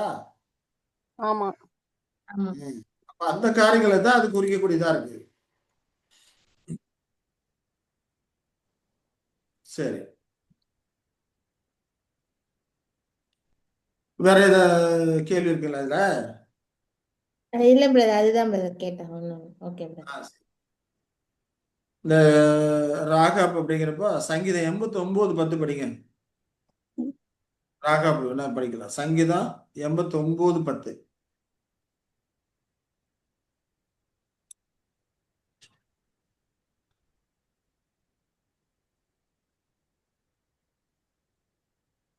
நீர் ராகாபை வெட்டுண்ட ஒருவனை போல் நொறுக்கினீர். உமது வல்லமையான புயத்தினால் உம்முடைய சத்துருக்களை சிதறடித்தீர். ராகாவை வெட்டுண்ட ஒருவனை போல நொறுக்கினீர் சொல்லும்போது எகிப்தை தான் அங்க குறிக்கிறார் இல்லையா? அப்போ உமது வல்லமையான புயத்தினால் உங்களுடைய சத்துருக்களை சிதறடித்தீர். அப்படி சிதறடிச்சு தான் அவங்களுக்கு கொண்டு வர்றாரு. அதே போல 87:4 பாருங்க.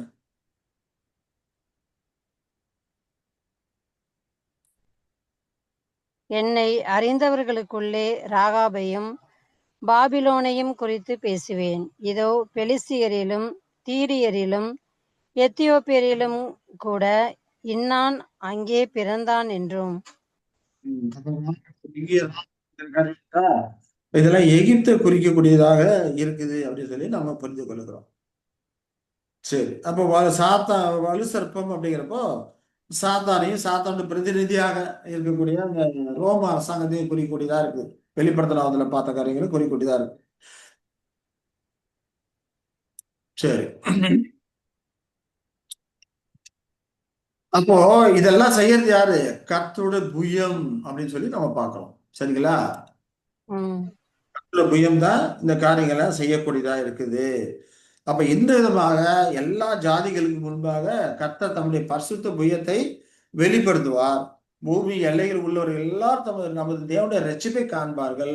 எப்போ அந்த காலகட்டத்தில் தேவனுடைய ரட்சிப்பை கண்டார்களோ அதுபோல இங்கே யாக்கோபு இக்கட்டு காலத்திலும் தேவன் அவர்களை பாதுகாக்கும் போது தேவனுடைய ரட்சிப்பை காண்பார்கள். அதை குறித்த காரியங்களும் நம்ம ஏற்கனவே பார்த்தோம். எதிர்த்து வரக்கூடிய அந்த ஜாதிகள்லாம் கல்மலையினால இடி மின்னல்னால அவர்களை சிதறடிக்கிறாரு. ஒருத்தருக்கு ஒருத்தர் வெட்டிக்கிட்டு செத்து போறாங்க அப்படிங்கலாம் நாம் ஏற்கனவே ஃபர்ஸ்ட் பார்ட்ல அந்த காரியங்களை நம்ம பார்த்துட்டோம். சரிங்களா? அப்ப இந்த காரியம் நடக்கும்போது எல்லா ஜனங்களுக்கும் அவருடைய கர்த்தருடைய அந்த பரிசுத்த புயத்தை இந்த விதமாக வெளிப்படுத்துவார் அப்படிங்கிறது தான் இங்க குறிக்கூடியதா இருக்கிறது. சரி, அப்ப கர்த்தர புயம்ங்கிறது தேவனுடைய தாசனை தான் குறிக்கூடியதா இருக்கு இல்லைங்களா? எசாயா 40:10 பார்க்கும்போது இதோ கர்த்தராய் ஆண்டவர் பராக்கிரமசாலியாக வருவார், அவர் தமது புயத்தினால் அரசாளுவார். இதோ அவர் அளிக்கும் பலன் அவரோட கூட வருகிறது, அவர் கொடுக்கும் பிரதிபலன் அவருடைய முகத்துக்கு முன்பாக செல்லுகிறது. அவர் தமது புயத்தினால் அரசாளுவார் சொல்லப்பட்டிருக்குது. ஆனா இங்கிறார் his arm shall rule for him இல்லையா? அவருக்காக, யாருக்காக? யாவே தேவனுக்காக அரசாளுவார் இல்லையா? his arm shall rule for him இல்லையா? அவர் தமது புயத்தினால யாருக்காக? யாவே தேவனுக்காக அரசாளுவார் அப்படிங்கிறப்போ யாவே தேவனுடைய பிரதிநிதியாக இருந்து யாவே தேவனுடைய புயமாக இருந்து அவர் அரசாளுவார் அப்படிங்கிறது தான் எங்க சொல்லக்கூடியதா இருக்குது அப்படின்னு சொல்லி நம்ம பார்ப்போம். அதுல எசாயா 49 என்ன படிக்கிறோம்? சீயோன் என்னும் சுவிசேஷகியே, நீ உயர்ந்த பர்வதத்தில் ஏறு. எருசலேம் என்னும் சுவிசேஷகியே, நீ உரத்த சத்தமிட்டு கூப்பிடு. பயப்படாமல் சத்தமிட்டு யூதா பட்டணங்களை நோக்கி இதோ உங்கள் தேவன் என்று கூறு. இதோ உங்கள் தேவன். சீயோன் என்னும் சுவிசேஷகியே, உயர்ந்த பர்வதத்தில் ஏறு. சீயோன் எதை குறிக்குது? பரமசியோன், கிறிஸ்துவும் மனவாட்டி வகுப்பார் இல்லையா? எருசலேம் அப்படிங்கிறது பூமிக்கு அரசாங்கத்தை குறிக்கக்கூடியதா இருக்கு. மூப்பராய் பாத்திரம், வாலிபராய் பாத்திரங்கள் காணக்கூடிய வகுப்பாராக இருந்து சீயோனுடைய கிறிஸ்துவ வகுப்போட பிரதிநிதியா இருந்து காணக்கூடிய வகுப்பாராக இருந்து ஆட்சி பண்ணக்கூடியவர்களாக இருப்பாங்க.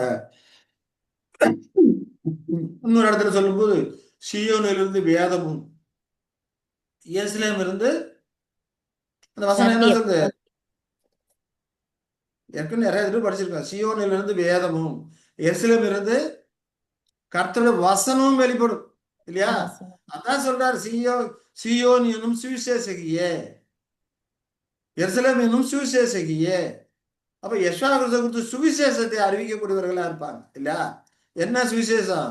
இதோ உங்கள் தேவன் என்று கூறு. யாவே தேவனுடைய பிரதிநிதியா இருந்து யெஷுவா சாட்சி பண்ணுகிறாரு. இந்த காரியங்களை எல்லாம் என்ன பண்ணுவாங்க?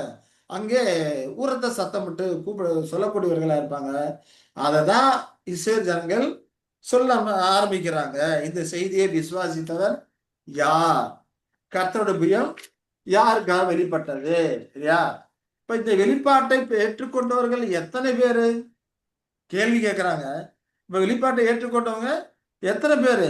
நிச்சயமா எல்லாரும் ஏற்றுக்கொள்ள, ஒரு சிலர் தான் ஏற்றுக்கொண்டிருப்பாங்க. அதற்கு அப்புறம் போக போக எல்லாரும் அந்த மகத்துவத்தை விளங்கி புரிந்து கொள்ளக்கூடியவர்களா இருப்பாங்க. அப்போ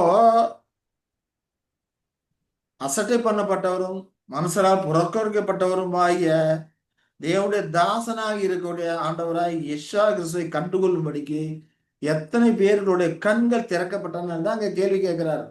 நாங்க எடுத்து சொல்றோம், விவரித்து சொல்றோம். எத்தனை பேருடைய கண்கள் திறக்கப்பட்டிருக்குது? எத்தனை பேர் அதை புயத்தை அறிந்திருக்கிறாங்க? எத்தனை பேர் அதை விசுவாசிக்கிறாங்க அப்படின்னு சொல்லி அங்க கேள்வி கேட்டு ஆரம்பிக்கிறாங்க, செய்தி ஆரம்பிக்கிறாங்கன்னு சொல்லி பார்க்கிறோம் இல்லையா? அவர்களுக்காகவே மறித்திருக்கிறாரு, அவர்களுக்கு ரட்சிப்பு உண்டாக்கி இருக்கிறாரு. தேவனுடைய பலனாய் இருக்கிற இந்த இரட்சகராகிய யெஷுவாவை எத்தனை பேர் கண்டு கொள்ளுகிறார்கள் இல்லையா?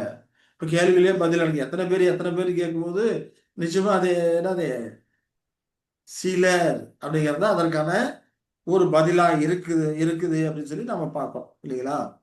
அப்ப இந்த யெஷுவா கிறிஸ்துவை குறித்து அவர்கள் அறிவிக்கக்கூடிய ஒரு காரியமாக அது இருக்குது அப்படின்னு சொல்லி பார்ப்போம். அடுத்ததா ஏசாயா 53 நம்ம பார்க்கும்போது 6வது வசனம் என்ன சொல்றாரு? யாருக்கு வெளிப்பட்டுன்னு சொல்லிட்டு தங்களை குறித்தும் மற்றவர்களை குறித்து சொல்றாரு. ஏசாயா 53:6 படிக்கலாம். நாம் எல்லோரும் ஆடுகளைப் போல வழி தப்பி திரிந்து அவனவன் தன் தன் வழியிலே போனோம். கர்த்தரோ நம்ம எல்லாருடைய அக்கிரமத்தையும் அவர் மேல் விழப்பண்ணினார். மற்றொருவனுக்காக இந்த பலியை தேவனே போதும். அப்போ நாம் எல்லாரும் ஆடுகளை போல வழி தப்பி தெரிஞ்சோம், அவனவன் தன் வழியிலே போனோம் இல்லையா? நாமும் சொல்றாரு இங்க என்ன சார், நாம் எல்லாரும் அப்படிங்கிறாரு. இங்க இந்த அறிவை கொடுக்கிறது, இந்த சுவிசேஷத்தை கொடுக்கக்கூடியது யாரு? மனம் திரும்பிய இஸ்ரவேலர்கள் இல்லையா? இஸ்ரவேல் சொல்றாரு ரட்சிப்பு யூதர் வழியாக வரும், இஸ்ரவேல் சொல்லியிருக்கிறாரு இல்லையா? அப்ப செய்தி யூதர்களே வரும். எருசலேம் இருந்தா கர்த்தருடைய வசனம் வெளிப்படும். அந்த செய்தி முதல்ல வெளிப்படக்கூடிய செய்தி யெஷுவா கிறிஸ்து குறித்த காரியங்கள் தான். ஆனா அவங்க சொல்லும் போது நாம் எல்லாரும் ஆடுகளை போல வழி தப்பி திரிந்தோம், அவன் தன் தன் வழியிலே போனோம் அப்படிங்கிறான். அப்ப இஸ்ரவேல் ஜனங்களும் உலக மக்கள், நாம் அப்படிங்கிறப்ப இஸ்ரவேல் ஜனங்களையும் குறிக்குது, உலக மக்களையும் குறிக்குது. சொல்லக்கூடிய செய்தி இஸ்ரவேலர்கள் கொடுக்கிற செய்தி. ஆண்டவராய் மனம் திரும்பிய இஸ்ரவேலர்கள் ஆண்டவராய் யெஷுவா கிறிஸ்துவை இரட்சகராக மீட்பராக தங்களை மீட்கும் பலியாக ஏற்றுக்கொண்டவர்கள். அந்த ஏற்றுக்கொண்டவர்கள் சொல்லும் போது உலகத்தாருக்கு, உயிரோடு வரக்கூடிய அந்த இஸ்ரவேல் ஜனங்களுக்கு சொல்லக்கூடிய செய்தி சொல்லும் போது நாம் எல்லாரும் ஆடுகளை போல வழி தப்பி திரிந்தோம், அவன் தன் வழியிலே போனோம் இல்லையா? நாங்களும் அது போலதான் போனோம். மற்ற புறஜாதி மக்களும் இஸ்ரவேல் அல்லாத மற்ற ஜனங்களும் அது போலதான் அவங்கவுங்க தன் வழியிலே போனோம். அதுதாங்க சொல்றாரு. இவர்களும் இயேசு போல அவர்களை வந்திருக்கும் போது ஏற்றுக்கொள்ள அவங்கவுங்க இஷ்டம் போலதான் போனாங்க. முதல்ல அவர்களை சத்திய செய்தி கொடுக்கிறாரு, பரமளிப்புக்கான காரியங்களை கொடுக்க முதல்ல செய்தி அவர்களுக்கு தான் கொடுக்கணும். அது கொடுக்கிறாரு. வாக்கு தத்தங்களும் ஆராதனை எல்லாம் அவருடையது, அவர்களுடையது. அப்ப அவர்களுக்கு அந்த செய்தி, அந்த அழிப்புக்கான செய்தியை கொடுக்கிறாரு. ஆனா அவர்கள் என்ன பண்ணாங்க? ஆடுகளை போல வழி தப்பி தன் வழியிலே போனாங்க சொல்றாரு. அது போல அதுக்கப்புறம் யெஷுவா உயிர்த்தெழுதலுக்கு பிறகு உலகுமை நற்செய்தி அறிவிங்கள் அப்படிங்கிறாரு. தேவனுடைய கிருபை தயவு அவங்களுக்கு எடுக்கப்பட்டு உலகத்தாருக்கு போகுது, உலகத்தாருக்கு செய்தி போகுது. ஆனா அவர்களும் அநேகரை ஏற்றுக்கொண்டார்களா? இல்ல.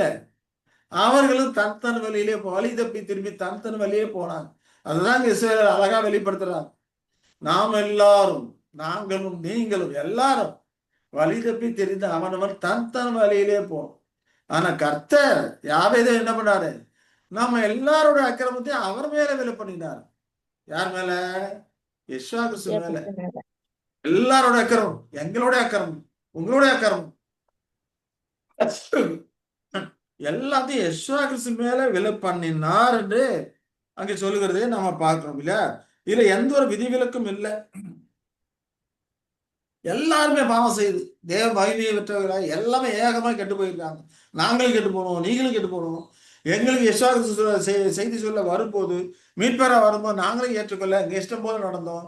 உங்களுக்கு செய்தி சொல்ல சுவிசேஷ செய்தி கொடுக்கும் போது நீங்களும் ஏற்றுக்கொள்ளல, நீங்களும் உங்க இஷ்டம் போல போனீங்க. இந்த காரியங்கள் எல்லாம் ஆனாலும் நாம எல்லாரோட அக்கிரமத்தையும் அவர் மேல் விலை பண்ணினார் அங்க சொல்றதை பார்க்கிறோம். ஆண்டவர் ஏசாயாவுக்கு கூட சொல்றார், காணாமல் போன ஆடுகளாகிய இஸ்ரவேலிடத்தில் அனுப்பப்பட்டேன் அப்படிங்கிறார் இல்லைங்களா. அவைகளை எல்லாம் குறி சேர்க்கணும் அப்படிங்கிறார். முதலாம் வரைகளை வந்திருக்கும் போது முதலாம் வரைக்கும் வந்திருக்கும் போது நடக்கிற காரியங்கள் தானே இப்ப செய்தியா பார்த்து கொண்டு இருக்கணும். அதே போல இந்த தொழுவத்தில் அல்லாத வேற ஆடுகளும் எனக்கு இருக்கு, அவைகளையும் நான் குடி சேர்க்கணும் அப்படிங்கிறாரு. அதுதான் உலகத்துல இருக்க மற்ற ஆடுகள் இல்லையா. இப்ப எல்லாத்தையும் நான் குடி சேர்க்கணும் அப்படிங்கிறாரு. அப்ப எல்லா இயேசுவோட பலி மற்றொருவருக்கான இந்த பலியை தேவனே ஏற்பாடு செய்தார் அப்படின்னு சொல்லி இங்க இஸ்ரவேலர்கள் அறிவிக்கிறாங்க. கர்த்தர் யாவே தேவன் நாம் எல்லாரோட அக்கிரமத்தையும் அவர் மேலே விலை பண்ணினாரு. மற்றொருவருக்கான இந்த பலியை தேவன் தான் ஏற்பாடு செய்தார். யாரும் எனக்காக ஏற்பாடு பண்ணுங்க, மீட்டெடுங்க அப்படி யாரும் தேவன்கிட்ட விண்ணப்பம் பண்ணல. ஆதாம் பாவத்துல விழுந்ததுக்கு அப்புறம் ஆண்டவரே மன்னிச்சுக்கோங்க, எப்படியா என்ன காப்பாத்துங்க ஏதாவது கேட்டானா? இல்ல. ஒண்ணும் கேட்கல, ஒண்ணுமே கேட்கல இல்லையா. ஆனா யாவே தேவன் தான் அவன் இப்படி போவான்னு தெரிஞ்ச உலகத் தோற்றத்துக்கு முன்னமே கர்த்தரை நியமிச்சு வச்சிருக்கார். உலகத் தோற்றத்துக்கு முன்னமே குறிக்கப்பட்ட ஆட்டுக்குட்டி படிக்கிறோம். இப்ப யாவே தேவன் தான் தமிழ் ஒரே பேரும் குமாரனை இதற்கு தகுதியாக்குறாரு, பலியை அவர் தான் ஏற்பாடு செய்திருக்கிறாரு அப்படின்னு சொல்லி பார்ப்போம். இப்ப எல்லாம் வழி தப்பி போனோம். ஆனா எல்லாரோட அக்கிரமத்தையும் யாவே தேவன் தமிழ் ஒரே பேரம் குமாரன் தலையிலே அங்க சுமத்தினாரு. பாவத்தின் தண்டனை மரணத்தை அவர் சுமந்தார், அவர் மேல விலை பண்ணினார் அப்படிங்கிறதா இங்க சொல்ற இந்த இஸ்ரவேல் ஜனங்கள் இஸ்ராயேலை குறித்து அறிந்த செய்தியை மனம் வாய்ந்தவர்கள் மற்றவர்களுக்கு கொடுக்கக்கூடிய ஒரு செய்தியா இருக்குது. இப்ப இந்த காரியங்கள் பார்த்தோம்னா எபிரேய மனுஷல் பாகாஷ் அப்படிங்கிறது உபயோகிக்கப்பட்டிருக்கு. 2 முறை நாம் எல்லாரும் இல்லையா, ரெண்டு முறை சொல்றார்.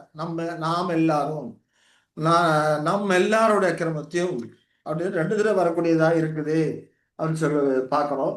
அப்ப தேவனுடைய தாசனாகிய மரணத்தின் மூலம் நிவர்த்தி செய்யப்பட்டது நம் எல்லோருடைய பாவமே. இஸ்ரவேலுடைய பாவங்கள் மட்டுமல்ல, உலகத்தாருடைய பாவங்களும் எல்லோருடைய பாவங்களும் இயேசுவின் மரணத்தின் மூலமாக நிவர்த்தி செய்யப்பட்டிருக்கிறது அப்படிங்கிறத அங்க அறிவிக்கிறாரு அப்படிங்கிறத நாம பார்ப்போம்.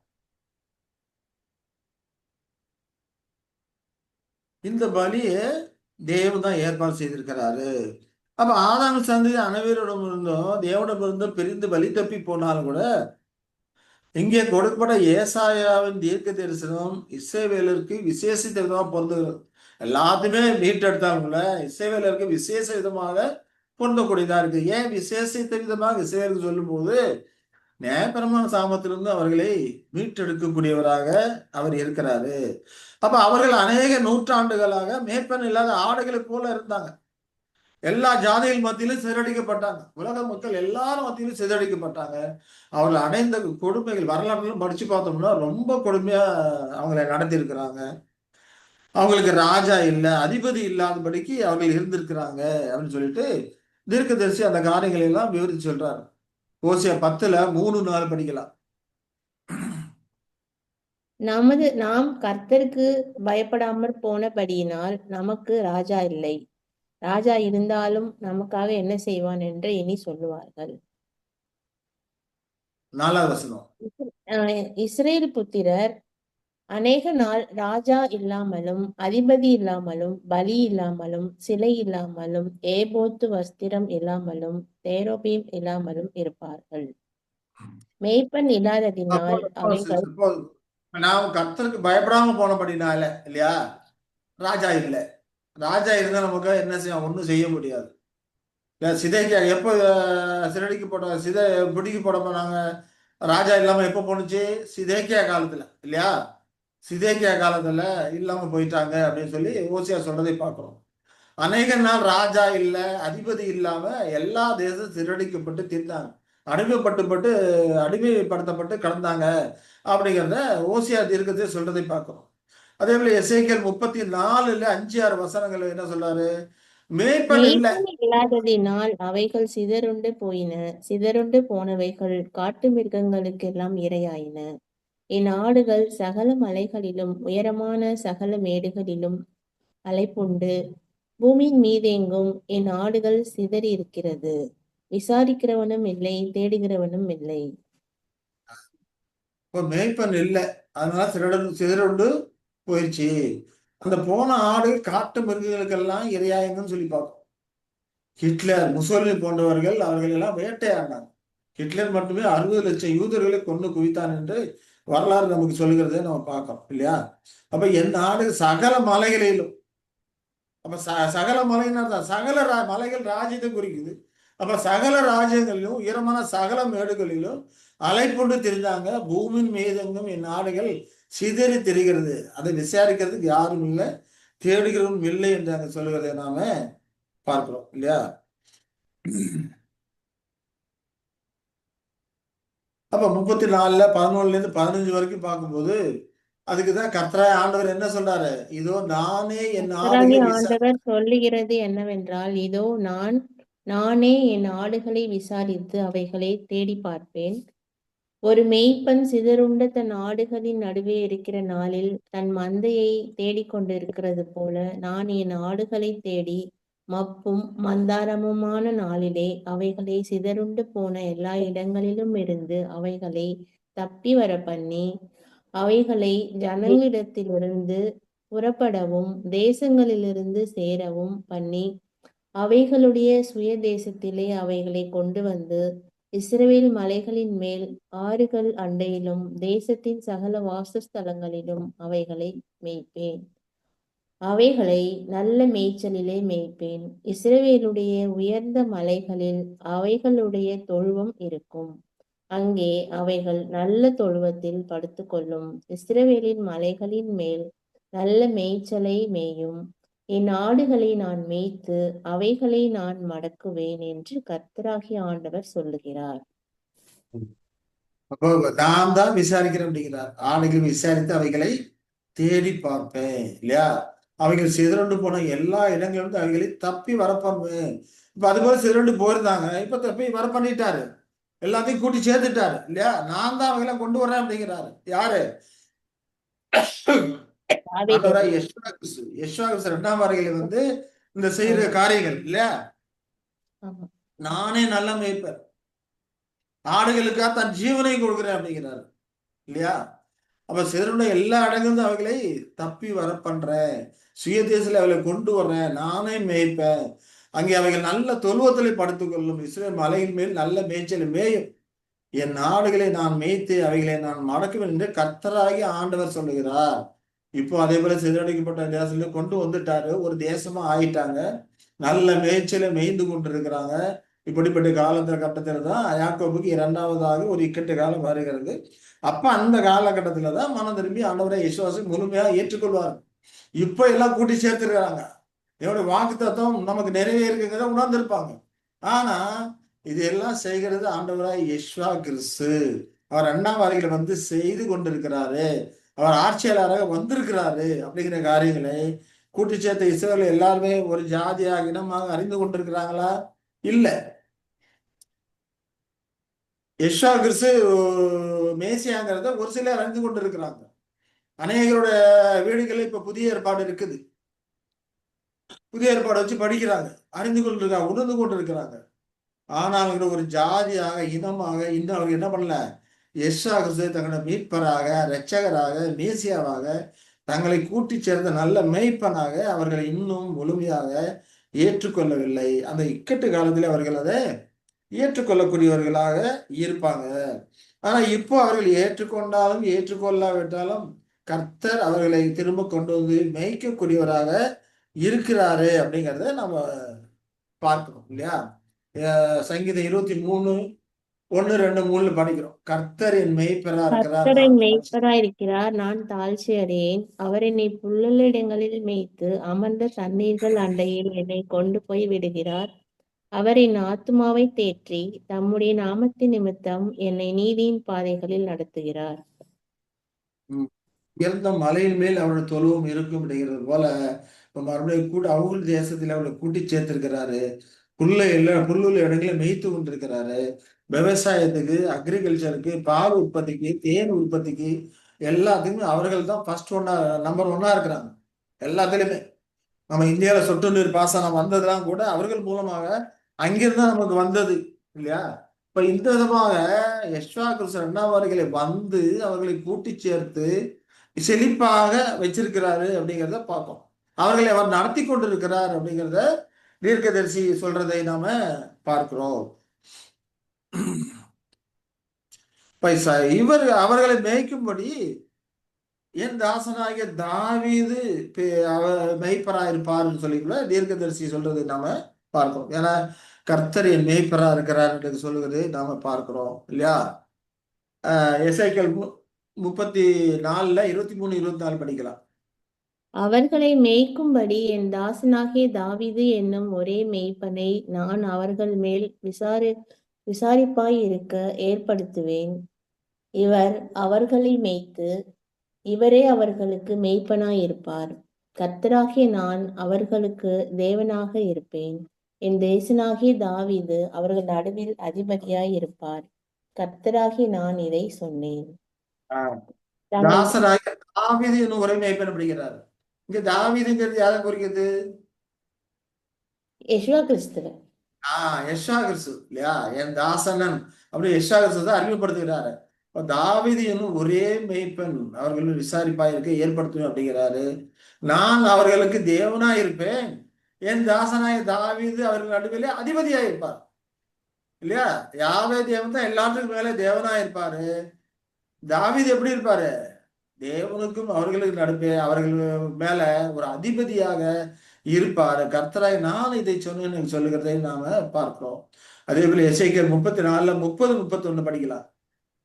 தங்கள் தேவனாகிய கர்த்தராய் இருக்கிற நான் தங்களோடே இருக்கிறதையும் இஸ்ரவேல் வம்சத்தாராகிய தாங்கள் என் ஜனமாய் இருக்கிறதையும் அவர்கள் அறிந்து கொள்வார்கள் என்று கர்த்தராகிய ஆண்டவர் சொல்லுகிறார். என் மந்தையும் என் மேய்ச்சலின் ஆடுகளுமாகிய நீங்கள் மனுஷர், நான் உங்கள் தேவன் என்று கர்த்தராகிய ஆண்டவர் உரைக்கிறார் என்று சொல் என்றார். அப்ப அந்த அக்காலத்துல இல்லையா, இக்கட்டு வர வர்ற காலத்துல நான் தங்களோடு இருக்கிறதையும் யெஷுவா அரசாட்சி பண்ணி கொண்டு இருக்கிற அப்படிங்கிற காரியங்களை அதே இஸ்ரவேல் வம்சத்தாராகிய தாங்கள் என் ஜனமா இருக்கிறதையும் அவர்கள் அறிந்து கொள்வார்கள். கர்த்தரா ஆண்டவர் சொல்லுகிறார் சொல்லுவோம். அப்போ ஒரு ஜாதியாக இனமாக அவர்கள் நிச்சயமா அறிந்து கொள்வார்கள். என் மந்தையும் என் மேய்ச்சின் ஆடுகளுமாகிய நீங்கள் மனுஷர், நான் உங்கள் தேவன் என்று கர்த்தரா ஆண்டவர் உரைக்கிறார் என்று சொல் அப்படின்னு சொல்லி அங்க சொல்வதை நாம பார்க்கிறோம். அப்ப அந்த இக்கட்டு காலம் வரும்போது நிச்சயமா அவர்கள் அறிந்து கொள்கிறார்கள். தேவன் இந்த ஆண்டவராய் யெஷுவா இதெல்லாம் ஏற்று செய்து கொண்டிருக்கிறார் அப்படிங்கிறத அறிந்து கொள்வார்கள் என்று அங்க சொல்லுகிறதை நாம பார்க்கிறோம். அதே போல ஏசாயா 40 10 11 படிக்கலாம். இதோ கர்த்தராகிய ஆண்டவர் பராக்கிரமசாலியாக வருவார். அவர் தமது புயத்தினால் அரசாளுவார். இதோ அவர் அளிக்கும் பலன் அவரோட கூட வருகிறது. அவர் கொடுக்கும் பிரதிபலன் அவருடைய முகத்துக்கு முன்பாக செல்லுகிறது. மேய்ப்பனை போல தமது மந்தையை மேய்ப்பார். ஆட்டுக்குட்டிகளை தமது புயத்தினால் சேர்த்து தமது மடியிலே சுமந்து கரவாடுகளை மெதுவாய் நடத்துவார். எங்கள் மூலமாய் கேள்விப்பட்டது. அப்ப தமது புயத்தினாலே அரசாளுவார் இல்லையா? ஆனா இப்ப அவர்கள் உணர்ந்திருக்கிறாங்களா? அவர் அரசாண்டு கொண்டிருக்கிறார், நல்லவர்கள் வந்திருக்கிறார் அப்படிங்கிற உணர்ந்து கொண்டிருக்கிறார்களா? நிச்சயமா உணர்ந்து கொள்ளல இல்லையா? ஆனா தேவன் தமது பிதாக்களுக்கு செய்த வாக்கு தத்துவத்தை நிறைவேற்றி இருக்கிறார் அப்படிங்கிற காரியங்களும் உணர்ந்திருப்பாங்க. ஆனா யெஷுவாவுக்கு எல்லாம் அவர்கள் வந்திருக்கிறார்கள், வந்து இந்த காரியங்களை செய்து கொண்டிருக்கிறார்கள் அப்படிங்கிறத நிச்சயமா அவர்கள் என்ன பண்ணல, இன்னும் உணரல. அந்த ஏற்ற காலம் வரும்போது தேவன் அவர்களுக்கு உணர்த்துவாரு. அப்ப அவர் தமது புயத்தினால்தான் அரசாளுகிறாரு. இது அவர் அளிக்கும் பலன் அவரோட கூட வருகிறது.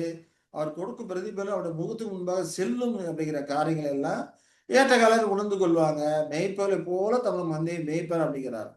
ஆட்டுக்குட்டிகளை தமது புயத்தினாலே சேர்த்து தமது மடியிலே சுமந்து கரவல ஆடுகளை மெதுவாக நடத்துவார்.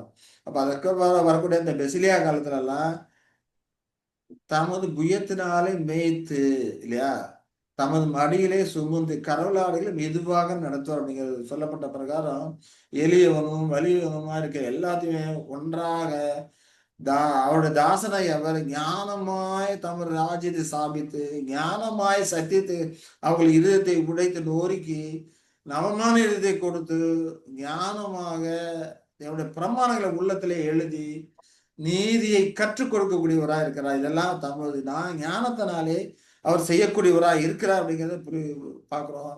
இந்த காரியங்கள் எல்லாம் யாக்கோபின் இக்கட்டு காலத்துல அதற்கு பின்னால் வரக்கூடிய காலங்கள் எல்லாம் இஸ்ரவேலர்களை அறிந்து உணர்ந்து மற்றவர்களுக்கு சொல்லுவாங்க. அதைத்தான் சொல்லும் போது எங்கள் மூலமாய் கேள்விப்பட்டதை இப்படியெல்லாம் நான் கேள்விப்பட்ட காரியங்கள் உங்களுக்கு அறிவிக்கிறோமே, அதை விசுவாசித்தவன் யார்? கர்த்தருபயம் யாருக்காக வெளிப்பட்டது அப்படிங்க சொல்றதை பார்க்கிறோம் இல்லையா? அப்ப புறக்கணிக்கப்பட்ட இவர்கள்லாம் மனம் திரும்பி தங்கள் தேவனாய கர்த்தரையும் தங்கள் ராஜாவை தாவீதையும் தேடி கடைசி நாட்களில் கர்த்தரையும் அவருடைய தயவு நாடி அஞ்சிக்கையாய் ஓடி வருவார்கள் என்று ஓசியா சொல்றார். ஓசியா 3:5 சொல்றார். அஞ்சிக்கையாய் ஓடி வருவாங்க, வாஞ்சியோடு ஓடி வருவாங்கன்னு அங்க சொல்லுகிறதை நம்ம பார்க்கிறோம் இல்லையா? எப்போ தம்முடைய ஆவி அவர்கள் மேல் ஊற்றுவாரு. அந்த காலகட்டத்திலே விண்ணப்பத்தின் ஆவி ஊற்றுவாரு. அந்த காலகட்டத்தில் அவர்கள் அஞ்சிக்கையாய் ஓடி வருகிறான்னு சொல்றதை பார்க்கிறோம். சகரியா 12:10 தான் சொல்றாரு, கிருபையின் ஆவி விண்ணப்பங்கள் ஆவியும் ஊற்றுவேன், அப்பொழுது அவர்கள் தாங்கள் குத்தின என்னை நோக்கி பார்ப்பாங்க இல்லையா? அவங்க யாக்கோபோட இக்கட்டு காலத்துல அவர்கள் நோக்கி பார்க்கக்கூடியவர்களா இருப்பாங்க. ஆனா இப்போ எல்லாத்தையும் கூட்டி சேர்த்துக்கிறாரு, அறியாதவர்களா இருப்பாங்க. தேவனுடைய வாக்குத்தத்தம் நிறைவேறிருக்கு அப்படிங்கிறது அறிந்தவர்களா இருப்பாங்க. ஆனா யெஸ்வா அவர்களுக்கு வந்திருக்கிறாங்க காரியம். அவர் தான் ஆளுகை செய்து கொண்டு நம்மளை கூட்டி சேர்த்துக்கிறாரு. யாவே தேவன் நமக்கு பிரதிநிதியாக நம்முடைய மேய்ப்பனாக யெஸ்வாசை ஏற்படுத்தியிருக்கிறாரு அப்படிங்கிற காரியங்கள் எல்லாம் இக்கட்டு காலத்துல அவர்கள் உணர்ந்து கொள்வாங்க, கேள்விப்படுவாங்க. அப்படி உணர்ந்து கொண்டதுனால்தான் தலைச்சன் பிள்ளைக்கா அழுகிறது போல அவர்கள் அல்லது புலம்புவார்கள் என்று சொல்லுகிறதை பார்க்கிறோம். அப்ப அஞ்சிக்கையாய் ஓடி வருவார்கள் அப்படின்னு சொன்னா போற்றும் பயபக்தியோடு அவர்கள் ஓடி வரக்கூடிய ஒரு காரியங்களை தான் ஓசியா 3:5 அங்க சொல்லுகிறதே நாம பார்ப்போம். அப்போ மரித்து ஏசியாவில ஏசாயா 54:6 அந்த வசங்கள்லாம் பார்க்கும்போது மீட்பு பலியும் தங்களோட மீட்கும் கிரியத்தும் அவர்கள் அந்த காலகட்டத்தில் கண்டு கொண்டுவார்கள். யாரு? முதலாவது இஸ்ரவேலர்கள் கண்டுகொள்வாங்க. கண்டுகொண்டு அந்த காரியங்களை அறிந்து உணர்ந்த அந்த காரியங்களை மற்றவர்களுக்கு அறிவுறுத்தக்கூடியவர்களாக அவர்கள் இருப்பாங்க. ஓசியால 13:14 படிக்கும் போது, அவர்களை நான் பாதாளத்தின் வல்லமைக்கு நீங்களாக்கி மீட்பேன், அவர்களை மரணத்துக்கு நீங்களாக்கி விடுவிப்பேன். மரணமே உன் வாதைகள் எங்கே? பாதாளமே உன் சங்காரம் எங்கே? மனம் மாறுதல் என் கண்களுக்கு மறைவானதா இருக்கும். அப்ப பாதாளத்தின் வல்லமைக்கு நீங்களாக்குவேன், மரணத்துக்கும் நீங்களாக்கி விடுவிப்பேன் அப்படிங்கிறார். யார? இஸ்ரவேல் ஜனங்களை இல்லையா? அப்படி விடுவிக்கும் போது பாதாளம் உன் சங்காரம் எங்கே என்று செல்கிறதே நாம் பார்க்கிறோம் இல்லைங்களா? இப்ப பாதாளத்தின் வல்லமைக்குன்னா என்ன அர்த்தம்? ஏற்கனவே நம்ம படிச்சிருக்கோம், ஞாபகம் இருக்குங்களா? மரண நித்திரைக்கு போனவங்க, டெத் ஸ்டேட் இல்லையா? பாதாளம் என்ன? குழி. அப்ப டெத் ஸ்டேட்ல இருக்கிறவங்கள அந்த மரண நிலையிலிருந்து அவர்களை நீங்களாக்கி மீட்டு கொண்டு வருவார். மரணத்துக்கு நீங்களாக்கி அப்படிங்கிறப்ப டெத் ப்ராசஸ்ல இருக்கிறவங்க, செத்துக்கொண்டே இருக்கக்கூடிய அந்த மரண ப்ராசஸ்ல இருக்கிறவர்களையும் அதுல நீங்களாக்கி விடுவிப்பேன் அப்படிங்கிறாரு. அப்ப மரணம் உன் வாதைகள் எங்கே? பாதல் உங்கள் சங்காரம் எங்கே? மனம் மாறுதல் என் கண்களுக்கு மறைவானதா இருக்கும் அப்படிங்கிறாரு. இதுல இருந்து யார? இஸ்ரவேல் ஜனங்களை முதலாவது கொண்டு வருவேன் அப்படிங்கிறாரு. அதுக்கப்புறம் தான் உலகத்தார். அப்ப இஸ்ரவேல் ஜனங்களை, மனம் மாறிய இஸ்ரவேல் ஜனங்களை அந்த மரண நிலையிலிருந்து நீங்களாக்கி விடுவிப்பேன் அப்படிங்கிறப்போ அவர்கள் மேல் தமது ஆவியை ஊற்றுகிறாரு, கிருபையின் ஆவி விண்ணப்பத்தை ஊற்றுகிறாரு. அப்போ அந்த மரண சாபத்திலிருந்து அவர்களை விடுவிக்கிறாரு. இப்ப அதிலிருந்து அவர்களை பூரணத்தை நோக்கி கொண்டு போகக்கூடியவராக இருப்பார். அடுத்ததா பார்த்தோம்னா மரண நித்திரைக்கு போனவங்க, பாதாளத்து நித்திரைக்கு போனவங்களையும் மறுபடியும் கொண்டு வந்து அவர்களுக்கு சத்திய காரியங்களை அறிவித்து, ஏசா குறித்த நற்செய்திகளை அறிவித்து பூரணத்தை நோக்கி கொண்டு வருவேன் அப்படிங்கிறாங்க. அப்போ இந்த மரண ஸ்டேட்ல இருக்கிறவங்க, மரண ப்ராசஸ்ல இருக்கக்கூடிய அந்த நபர்கள் முதலாவது மனம் திரும்பி ஆண்டவராய் யெஷோவாவை ஏற்றுக்கொள்ளக்கூடியவர்களா இருக்கிறாங்க. அவர்கள் மேலதான் கிருபையின் ஆவி விண்ணப்பத்தின் ஆவி ஊற்றக்கூடியவரா இருக்கிறாங்க. இவர்கள் தான் பாதாளத்து வல்லமைக்கு நீங்களாக்கி மரித்த இஸ்ரவேலை உயிரோடு கொண்டு வரும்போது அவர்களுக்கும் மற்ற உலக ஜனங்களுக்கும் கர்த்தராகிய இயேசு கிறிஸ்துவை குறித்து தாங்கள் கேள்விப்பட்ட யாவையும் அறிவிக்கக்கூடியவர்களாக இருப்பாங்க. அதுதான் யோவான் 5:28 எஸ்ஆ சொல்லும்போது, பிரேத குழியில் உள்ள அனைவரும் அவருடைய சத்தத்தை கேட்கும் காலம் வரும் அப்படிங்கிறாரு. அனைவரும் அப்படிங்கிறத இஸ்ரவேலர்கள் மட்டுமல்ல, உலக ஜனங்களும் கூட பாதாளத்தின் வல்லமைக்கு நீங்களாக்கி மீட்கப்படக்கூடியவர்களாக அவங்க இருப்பாங்க. எல்லாருக்கும் சத்திய செய்தி எங்கிருந்து போகும்? எருசலேமிலிருந்து போகக்கூடியதா இருக்குது. மனம் திரும்பிய இஸ்ரவேலர்கள் அவர்களுக்கு கிறிஸ்துவை குறித்து அறிவிக்கக்கூடியவர்களா இருக்கிறாங்க. அதனாலதான் கேட்கிறாங்க, எங்கள் மூலமாய் கேள்விப்பட்டதை விசுவாசித்தவன் யார்? கர்த்தருபயம் யாருக்கு வெளிப்பட்டது? நாம் எல்லாரும் ஆடுகளைப் போல வழி தப்பி திரிந்தோம் இல்லைங்களா? சொல்றார், நாம் எல்லாரும் ஆடுகளைப் போல வழி தப்பி திரிந்தோம் அப்படின்னு சொல்லி அங்க சொல்றதை பார்க்கிறோம்.